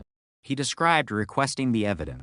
Then he described the moment the laboratory result arrived. The defense asked whether investigators had already suspected Mercer before the DNA test. The detective answered yes. That admission was important. The defense argued that investigators had become focused on Mercer and interpreted later evidence through that theory. Confirmation bias. The detective did not deny the possibility. Instead, he explained that the DNA evidence had been tested independently. The laboratory did not know the entire theory behind the case. The result existed before investigators knew what it would show. That made the forensic evidence harder to dismiss. Then prosecutors introduced the original 1984 detective's notes. The handwriting was unmistakably old. One page contained a sentence that had barely been noticed for decades. Mercer appears to know more than he is saying. The courtroom went silent again. The defense objected. The judge reviewed the document. The note was admitted only to establish the direction of the original investigation, not as proof of guilt. That distinction mattered. The original detective had suspected Mercer, but suspicion had not been enough. The prosecutor emphasized the point. In 1984, the evidence did not meet the threshold needed to make the case. There had been no DNA match, no confirmed connection, no reliable timeline. The investigation stalled. Mercer remained free. 38 years later, the evidence had changed, not because investigators wanted it to, because science had advanced. The defense then presented its own theory. They suggested Laura could have encountered Mercer innocently. They suggested the DNA may have come from an earlier interaction. They questioned whether the fibers were truly unique. They challenged the witness who remembered the truck. They argued that the timeline remained incomplete. They reminded the jury that the prosecution carried the burden of proof. Every doubt mattered. The prosecutor knew the defense had found the weakest part of the case. There was no eyewitness to the murder, no recovered weapon, no recording, no confession, no complete minute-by-minute timeline. The case was circumstantial. But circumstantial evidence can be powerful. It depends on how tightly the pieces connect. The prosecutor returned to the evidence. Laura's car, the biological material, the fibers, the calls, the note, the alibi, the damaged truck, the witness, the location, the timing. Then came the most important evidence, a second DNA result. Investigators had requested additional testing on another preserved sample. The laboratory had identified another male profile. It matched Mercer. The new sample came from a different piece of evidence, different location, same suspect. That mattered enormously. One DNA connection could be challenged. Two independent biological connections were much harder to explain. The defense objected again. The laboratory expert explained the result. The profiles were consistent. The probability of an unrelated individual producing the same profile was extraordinarily small. The defense asked about secondary transfer. Again, theoretically possible. But investigators now had multiple independent pieces of evidence placing Mercer in contact with Laura during the relevant period. The case had reached a point where coincidence required too many explanations. The jury listened. Mercer remained expressionless. For the family, every word was painful. They had spent decades imagining what might have happened. Now the details were being spoken aloud in a courtroom. The night Laura disappeared. The abandoned car. The isolated location. The evidence. The biological material. The years of silence. Then the prosecution introduced one final piece of evidence. A map. Not a modern map. A map reconstructed from 1984 road record. It showed Mercer's workplace, Laura's apartment, the location of the abandoned vehicle, the location where Laura was found, the route between them. Investigators calculated the travel time. Mercer could have made the entire journey within the relevant window. The defense argued that other people could have done the same. The prosecutor agreed, then asked a different question. How many of those people were connected to Laura? How many had been in contact with her? How many had given investigators an alibi that later became questionable? How many were connected to the specialized material? How many were connected to the DNA? The answer narrowed the field. The case was not about proving that nobody else could possibly have committed the murder. It was about proving whether the evidence established Mercer's responsibility beyond a reasonable doubt. The trial continued. Days became weeks. The media gathered outside. Old residents spoke about the case. Some remembered Laura. Others had forgotten. Some expressed shock that the investigation had survived so long. One retired detective said he had never expected to see an arrest. Another said the case had haunted investigators because the answer seemed close but unreachable. For the family, the attention was overwhelming. They had spent decades without camera. Now cameras were everywhere. Every courtroom entrance became a news image. Every hearing became a headline. But inside the courtroom, the atmosphere remained controlled. The evidence had to stand on its own. And as the final arguments approached, one question dominated everything. Was this finally enough? 38 years after Laura Bennett vanished into the darkness of Salem, Oregon, the answer would soon belong to 12 people sitting inside a courtroom. Outside, the city continued moving. Cars passed. People went to work. Rain fell against the windows. Life continued. But inside that courtroom, time had stopped at 1984. Laura was still 27. Her car was still sitting beneath the darkness. The old evidence was still sealed in its envelope. And the man accused of killing her was waiting for the verdict. For decades, the case had been a question. Now it was about to become a judgment. The courtroom doors opened just after 9 in the morning. Outside, reporters were already waiting. Cameras pointed toward the entrance. Microphones were held against the cold Oregon air. The story had become bigger than Salem. A woman murdered in 1984. A suspect identified nearly 4 decades later. Evidence preserved for generations. DNA technology bringing an old investigation back to life. But inside the courtroom, there was no television drama. There was only silence. Daniel Mercer sat beside his attorney. His hands were folded. His face was difficult to read. Across the room, Laura Bennett's family waited. They had spent 38 years waiting for this moment. 38 years of birthdays without her. 38 years of unanswered questions. 38 years of hearing the same phrase. The investigation remains open. Now the phrase was gone. The case was in court. And the evidence was finally being tested in public. The prosecution began its closing argument by returning to the beginning. Not to the DNA. Not to Mercer. To Laura. The prosecutor reminded the jury that Laura had left her apartment believing she would return. She had no reason to believe that night would be different from any other. She left behind the ordinary things people leave behind when they expect to come home. Her purse. Personal belongings. Plans. A future. Then she disappeared. Her vehicle was found abandoned. Her body was discovered days later. And the person responsible had remained unidentified for decades. The prosecutor paused. Then came the sentence that changed the atmosphere. The evidence never disappeared. The evidence had simply waited. The prosecutor displayed the original evidence envelope. Old, faded, marked with a number assigned in 1984, 117. Inside had been a tiny piece of synthetic material. At the time, investigators could not determine what it meant. They preserved it anyway. That decision became important 38 years later. Modern testing had identified characteristics consistent with material connected to Mercer's work. Then the biological evidence had been tested. A DNA profile. Mercer. Not a rumor. Not a memory. Not a theory. A forensic result. The defense had spent days explaining why the evidence might not mean what prosecutors believed it meant. Now the prosecutor answered those arguments one by one.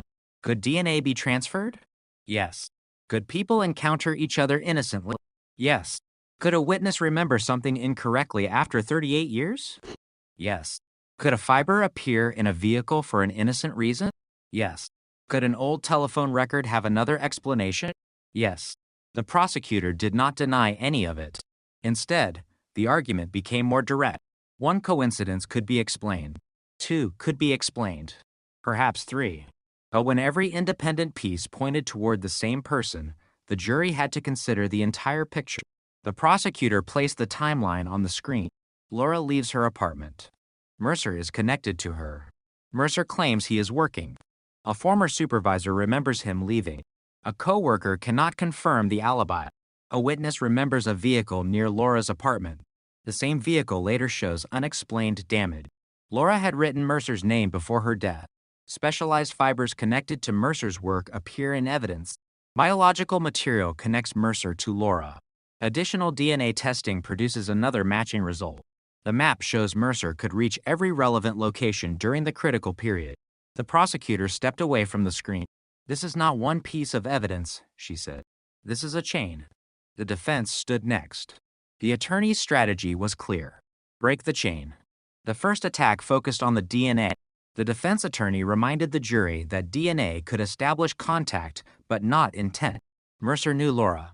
That was never disputed. He had worked near her apartment. He had spoken with her. They had known each other. Therefore, the presence of his DNA did not automatically prove murder. The defense then attacked the fibers. The material was associated with Mercer's occupation, but other workers had handled it. Other vehicles had carried it. The defense argued that the fibers could have been transferred during ordinary contact. Then came the witnesses. The defense questioned the woman who remembered the truck. She had been young in 1984. She had seen the vehicle briefly. She admitted she could not remember the license plate. She could not swear to the exact model. She remembered only the general shape and damaged taillight. The defense attorney asked whether she had seen photographs of Mercer's truck before giving her statement. She admitted investigators had shown her old photographs. That became a major point for the defense. Memory could be influenced. Memory could change. Memory could become contaminated by information learned later. The defense attorney looked toward the jury. 38 years is a long time. Nobody in the room could disagree. Then the defense attacked the mechanic. He remembered Mercer bringing the truck for repair, but the mechanic could not independently remember the exact night. The date came from the invoice. The defense argued that the invoice proved a repair. It did not prove why the repair was needed. It did not prove where the truck had been. It did not prove Laura had ever been inside it. Again, the defense was correct. The prosecution had no direct evidence connecting the truck to the murder, only circumstances. Then the defense turned toward the handwritten note. Laura's note. The name, Mercer. 2 words. Ask why. The defense argued that the note was meaningless without context. Laura had written the name, but she had not written "he threatened me." She had not written "I am afraid." She had not written "Daniel did this." There was no direct accusation. The note could have referred to business, money, work, a personal disagreement, anything. The defense attorney held up the photograph of the note.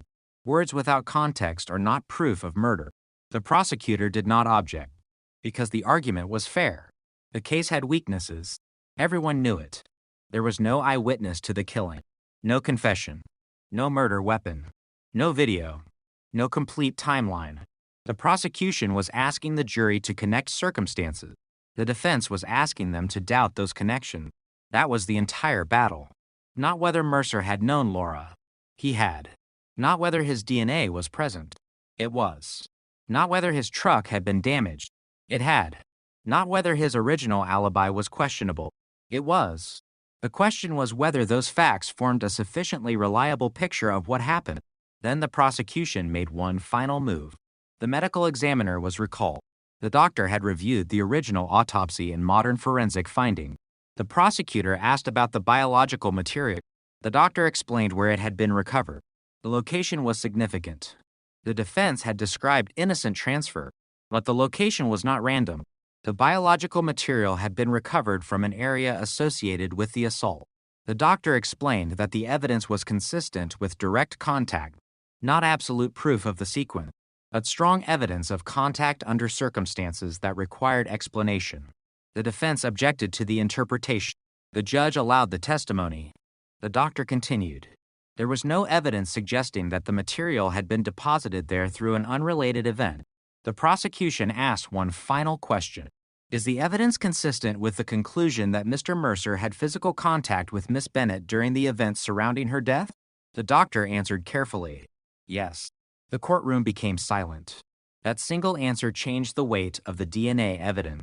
It was no longer merely a biological connection. It was evidence connected to the circumstances of the fatal encounter. The defense attorney stood again. He asked whether the doctor could determine the exact time of transfer. No. Could the doctor determine whether the contact was intentional? No. Could the doctor state that the DNA itself proved murder? No. The defense sat down. The limitations remained. But so did the evidence. The jury received the instruction. They were told that the burden belonged entirely to the prosecution. They were told that suspicion was not enough. They were told that they must reach a verdict based on evidence. Then they left. The courtroom doors closed. Laura's family remained seated. Mercer remained seated. The lawyers waited. Outside, reporters watched the hallway. Nobody knew how long deliberations would take. An hour. 6 hours. A day. Several days. The jury entered the deliberation room with a case nearly 4 decades old. Inside the room were photographs from 1984, evidence reports, DNA results, maps, witness testimony, the handwritten note, the old alibi, the new forensic analysis. The jurors began with the evidence. One juror reportedly focused immediately on the DNA. Another focused on the timeline. Another questioned the reliability of the old witnesses. The debate continued. There was no unanimous certainty at first. That was expected. A case this old was complicated. The jurors went through the evidence again. They requested clarification on the DNA testimony. They reviewed the timeline. They examined the photographs. The judge answered their questions. Then the jurors returned to deliberation. The defense waited. The prosecution waited. Laura's family waited. For the first time, the family was not waiting for an investigator to call. They were waiting for 12 strangers to decide whether the evidence was enough. Hours passed. The courthouse became quieter. The media coverage intensified. Every update became a headline. Breaking. Jury deliberates in 1984 Salem murder case. Then another. DNA evidence at center of decades-old homicide trial. The story had become national. People who had never heard Laura's name were now reading about her. But for her family, the headlines meant little. They knew her. They remembered her voice. They remembered her laugh. They remembered what was lost. The case was never really about the headline. It was about the empty space Laura left behind. The jury returned the following afternoon. The courtroom filled quickly. Mercer entered. The judge took the bench. Everyone stood, then sat. The clerk received the verdict form. The foreperson stood. The judge asked whether the jury had reached a unanimous decision. Yes. The room seemed to stop breathing. The first verdict was read. Guilty. There was no reaction from Mercer. The second charge was read. Guilty. The courtroom remained silent. Laura's mother lowered her head. Her brother closed his eyes. A relative reached across and held his hand. Nobody celebrated. There was relief. But it was mixed with grief. Because a guilty verdict could not return Laura. It could not erase 38 years. It could not give her the life she should have lived. It could only establish accountability. For the first time, the official record would contain an answer. Daniel Mercer was responsible for Laura Bennett's death. The judge ordered Mercer held pending sentence. The defense announced plans to appeal. The prosecution declined to call the case easy. It had never been easy. The case had survived because evidence had survived. The tiny fiber, the preserved biological material, the old records, the forgotten witness, the repair invoice, the telephone notes, the handwritten page. The pieces had existed independently for decades. No one piece had been enough. Together, they became a story. After the verdict, Laura's family left the courthouse. Reporters approached. Microphones appeared. Questions followed. How did they feel? What did the verdict mean? Did they finally have closure? Laura's brother stopped. He looked toward the courthouse. Then he answered quietly. Closure is a complicated word. He said the verdict mattered. He said accountability mattered. But he said 38 years could not be returned. That sentence stayed with everyone who heard it, because that was the real cost of the cold case. The killer had been identified. The courtroom had spoken. The evidence had done what investigators hoped it would do. A time had already taken everything it could take. Laura should have been 55 when the case was solved. Instead, she remained 27 forever. Her friends had aged. Her family had aged. The city had changed. The roads had changed. The buildings had changed. Technology had changed. But the murder remained exactly where it had always been. November 1984. A rainy night. A woman leaving her apartment. A car disappearing into darkness. A family waiting. And a small piece of evidence sitting quietly inside an envelope. For decades, that envelope meant almost nothing. Then science caught up with it. That is what made the case so haunting. The breakthrough did not come from a spectacular discovery at a fresh crime scene. It came from something investigators had already collected, something they had already cataloged, something they had already stored. The clue had been there. The entire time. It simply had not been readable. That realization changed the way Salem looked at old cases. Police departments began reviewing evidence from other unsolved murders. Families began asking whether forgotten evidence could be tested again. Cold cases that had seemed impossible suddenly looked different. Not solved. Not guaranteed. But possible. Because technology does not erase the past. Sometimes it simply gives the past a voice. Laura's case became an example of that. A murder that survived 3 decades. A file that gathered dust. A name that disappeared from headlines. A suspect who believed time was protection. And evidence that refused to disappear. The final evidence log was updated. The old case number remained. The original date remained. The victim's name remained. But one word changed. Open. It was no longer written beside the case. The investigation had ended. The evidence had finally answered the question that had haunted Salem since 1984. Who killed Laura Bennett? The answer was Daniel Mercer. But another question remained. How many other cases were still waiting for their forgotten evidence to speak? How many envelopes were sitting in old evidence rooms? How many fibers? How many photographs? How many biological samples? How many fingerprints to damage for the technology of yesterday but readable by the technology of tomorrow? Nobody knew. That was the unsettling part. The past was still full of evidence. Somewhere, inside another forgotten box, another piece of a story could still be waiting. And somewhere, perhaps, another family was still waiting for a phone call, waiting for a name, waiting for someone to open an old file and look again. Because sometimes a cold case does not die. It waits. It waits through rain, through retirement, through new buildings, through new detectives, through generations. And sometimes, after decades of silence, a laboratory machine examines something that everyone else had forgotten. A tiny fiber, a microscopic stain, a damaged print, a fragment of DNA. And suddenly, the past moves. A name appears. A door opens. A suspect is found. And a mystery that once seemed destined to remain unsolved begins speaking again. For Laura Bennett, that moment came 38 years too late. But it came. And in Salem, Oregon, the old case finally stopped being a question. It became a record, a verdict, a name, a truth recovered from evidence that had been waiting in the dark. The verdict should have been the end. For most people, it was. The headlines moved on. The cameras disappeared from the courthouse steps. Reporters found newer stories. The courtroom emptied. Daniel Mercer was taken into custody. The legal process continued. But for the investigators who had reopened Laura Bennett's case, something still bothered them. The verdict had answered who. It had answered responsibility. But it had not answered every question. There were still missing hours. There were still unexplained movements. There were still details from 1984 that had never been fully reconstructed. And now that Mercer had been convicted, investigators had access to something they had never possessed before. His full history. His old statements. His movements. His relationships. His financial records. His employment records. Everything could be examined again. Not because the conviction was in doubt, because the detectives wanted to understand how the case had remained unsolved for so long. The first question was simple.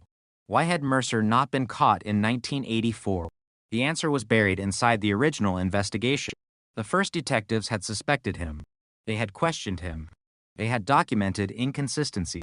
But the evidence had not been enough. Mercer had denied meeting Laura. He had denied being near her vehicle. He had denied knowing anything about her disappearance. His answers were confident, specific, detailed. And that detail had worked in his favor. Investigators believed his story was suspicious, but suspicion was not proof. Without biological evidence connecting him to the crime, there was no way to bridge the gap. That was the weakness. The case had a suspect. It did not have a case against the suspect. The distinction mattered. Mercer walked out of the police station in 1984. Laura remained dead. The file remained open. And the years began passing. The reopened investigation revealed something else. Mercer had changed his life shortly after Laura's death. He left Salem. He changed employers. He eventually moved out of Oregon. None of those actions were criminal. People move. People change jobs. People start over. But investigators now looked at the timing. Mercer left Salem within months of the murder. He did not disappear immediately. He remained in the area for a while. That made the departure less dramatic than it might have seemed. But the detectives noticed something. He had sold his truck. The same truck associated with the damaged taillight. The vehicle disappeared from his records. Investigators traced it. The truck had been sold to another man. That man was located. He was elderly. He remembered purchasing the vehicle. He did not know its history. He had used it for several years. Then he sold it again. The vehicle was eventually scrapped. Nothing remained. But the paper trail confirmed one thing. Mercer had gotten rid of the truck shortly after the murder. The defense had previously argued that the truck damage was meaningless. Now investigators understood why it had mattered. It was not proof by itself, but it was another unexplained event surrounding the same period. The detectives then revisited the phone calls. Laura had received several calls connected to a business Mercer had access to. The original investigators had never established who made those calls. Modern records could not recreate the conversation, but an old employee remembered Mercer using the phone repeatedly during the weeks before Laura's death. The employee had assumed Mercer was calling suppliers. He had no reason to think otherwise. But when investigators showed him Laura's name, his memory shifted. He remembered Mercer asking whether someone was at home. The employee could not remember exactly when, but he remembered the question. That mattered. It suggested Mercer may have been monitoring Laura's movements. Again, investigators had to be careful. A memory after 38 years was not perfect, but the new information fit the existing timeline. Mercer knew when Laura was home. He knew when she left. He knew where she lived. He had access to a phone connected to her, and he had been around her before the murder. The investigators then examined Laura's financial concern. This became one of the most disturbing discoveries. The contractor Mercer worked for had been involved in questionable billing. Laura's job gave her access to administrative information. She had noticed inconsistencies. She had asked questions. She had apparently kept notes. Investigators found copies of documents in her personal file. The documents showed unexplained payments. Some were connected to projects Mercer had worked on. The amounts were not enormous, but the pattern was unusual. Laura had begun tracking them. And then, shortly before her death, she had written Mercer's name. Ask why. That note suddenly looked different. Investigators could not prove Laura had planned to expose him, but the possibility was strong. Mercer may have believed Laura knew something that could threaten his job, his reputation, perhaps even his freedom. The motive was no longer simply a theory about personal conflict. There was a possible financial reason, and that changed the investigation again. Detectives began reviewing the contractor's records. Several employees had left around the same period. One had been fired. Another had moved away. Another had died. The company itself no longer existed, but the archived financial records remained. They revealed discrepancies, payments that did not match invoices that had been altered, dates that did not align, names that appeared repeatedly. Mercer was not the only person involved. That became important. The murder might have been connected to more than one person. The detectives searched for anyone else who could have benefited from Laura's silence. Several names emerged, but none had the same connection to the physical evidence. None had the DNA. None had the questionable alibi. None had been placed near Laura's apartment that night. Mercer remained at the center. The detectives then returned to the crime scene, not the modern landscape, the 1984 landscape. They used archived aerial photographs, old property maps, road records, utility plans. They reconstructed the area as it had looked that night. The location where Laura was found had been darker and more isolated than it appeared today. There had been fewer homes, less traffic, fewer lights. A person could have driven there without attracting attention. That mattered. The killer did not need extraordinary planning. The geography itself provided protection. The detectives calculated travel times from Mercer's workplace, from Laura's apartment, from the abandoned vehicle, from the location where the body was found. The distances aligned. Mercer could have made the journey. That did not prove he did, but the timeline remained possible. Then investigators discovered something else. A former resident remembered hearing a vehicle late that night. The witness had been interviewed in 1984, but had never been asked about the sound. The person remembered a truck engine, a vehicle stopping briefly, then leaving. The witness could not identify the truck, but the timing matched the estimated window. The detective added the statement to the case reconstruction. The pattern was becoming remarkably consistent. A truck near Laura's apartment. A truck with a damaged taillight. Mercer connected to that truck. Mercer leaving work earlier than claimed. Mercer connected to Laura. Mercer's DNA on evidence from the fatal encounter. And a vehicle route consistent with the crime. The detectives could now explain much of the night. But one thing still bothered them. Laura's car. Why had Mercer left it where it was found? If he had killed Laura, why not hide the vehicle? Why abandon it in a location where police would eventually find it? The answer came from the physical evidence.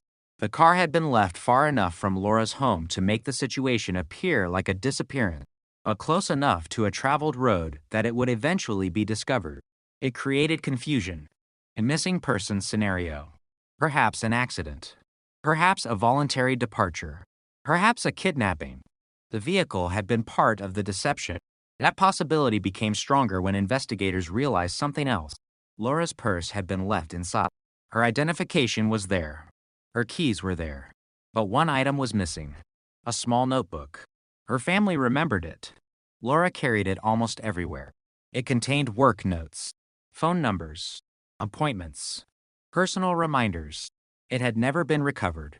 The notebook was not inside her apartment. It was not in the car. It was not among her belongings. It was simply gone.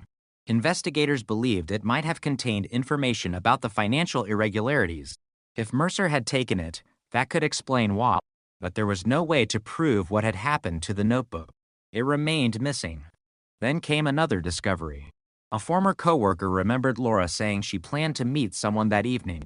She had not identified the person, but the coworker remembered Laura saying she needed to clear something up. The phrase had been ignored in 1984. Now it was important. The coworker was shown a list of names. When Mercer appeared, she recognized it immediately. She said Laura had mentioned him. The investigators asked why. The coworker remembered Laura saying Mercer had become difficult to deal with. She believed he was hiding something.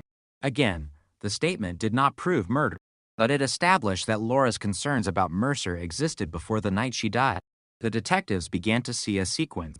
Laura discovers financial irregularities. She starts asking questions. She becomes concerned about Mercer. She communicates with him. She plans to meet someone. She leaves her apartment. She disappears. Mercer provides an alibi. The alibi weakens. Physical evidence links him to Laura. Then he leaves Salem.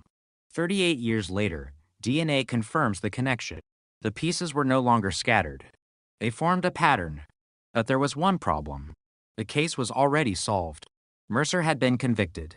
Why keep investigating? Because the investigators believed the truth deserved more than a verdict. They wanted to know whether someone else had been involved. They wanted to know what happened to the missing notebook. They wanted to know whether Mercer had acted alone, and they wanted to understand whether the financial scheme had played a direct role in the murder. They reopened interviews. Former employees were contacted. Old records were searched. The contractor's financial history was examined. One former employee provided a disturbing statement. He said Mercer had once warned him to stay away from Laura. The warning had happened weeks before the murder. The employee had thought it was a personal dispute. He had ignored it. Now he understood it differently. Mercer may have been trying to prevent Laura from asking questions. Another employee remembered a confrontation. Laura had allegedly challenged Mercer about missing documents. Mercer became angry. He told her she did not understand what she was looking at. The original investigation had never found this information. The reason was simple. The employees had been interviewed briefly. Nobody knew which questions would matter decades later. The detective who reopened the case realized how much had been lost in those early interviews, not because investigators had failed, because investigations are built on what people know at the time. In 1984, nobody knew which details would become important. In 2022, investigators could see the entire picture. That is the strange power of cold cases. Time can destroy evidence. But time can also reveal patterns. Records that once seemed unrelated become connected. A name appearing in one document becomes meaningful when it appears in another. A forgotten witness becomes important when modern forensic evidence points in the same direction. A fiber becomes valuable when science can finally identify its characteristic. And a decades-old DNA sample can suddenly turn a suspect into a defendant. The investigators continued digging. Then they found a document that changed the motive. It was a financial statement. Mercer had received an unexplained payment shortly before Laura's death. The amount was small, but it came from an account associated with the contractor. The payment was not documented properly. Mercer had never mentioned it. Investigators compared it with the financial irregularities Laura had been examining. The connection was not conclusive, but it was troubling. A second payment appeared, then another. The amounts were different. The dates were different, but the same names kept appearing. Mercer, the contractor, the questionable invoices, Laura's notes. Suddenly, the murder appeared to have a possible financial background. The detectives believed Laura may have discovered something she intended to confront Mercer about. And that could explain why she left home willingly. She may have believed she was meeting someone to discuss a problem. She may have expected an argument. She may have expected an explanation. She did not expect death. That possibility made the case more disturbing. The killer may not have needed to lure Laura into danger. He may simply have convinced her that he wanted to talk. That was enough. A familiar face. A familiar vehicle. A familiar voice. A simple conversation. Then everything changed. The investigators now believed Laura's trust had been the weapon. Not a gun. Not a knife. Not force at the beginning. Trust. The same trust that allowed her to enter a vehicle without fear. The same trust that allowed her to meet someone at night. The same trust that gave the killer access to her. And that realization brought the case back to its most haunting detail. Laura's final confirmed sighting. She was not running. She was not screaming.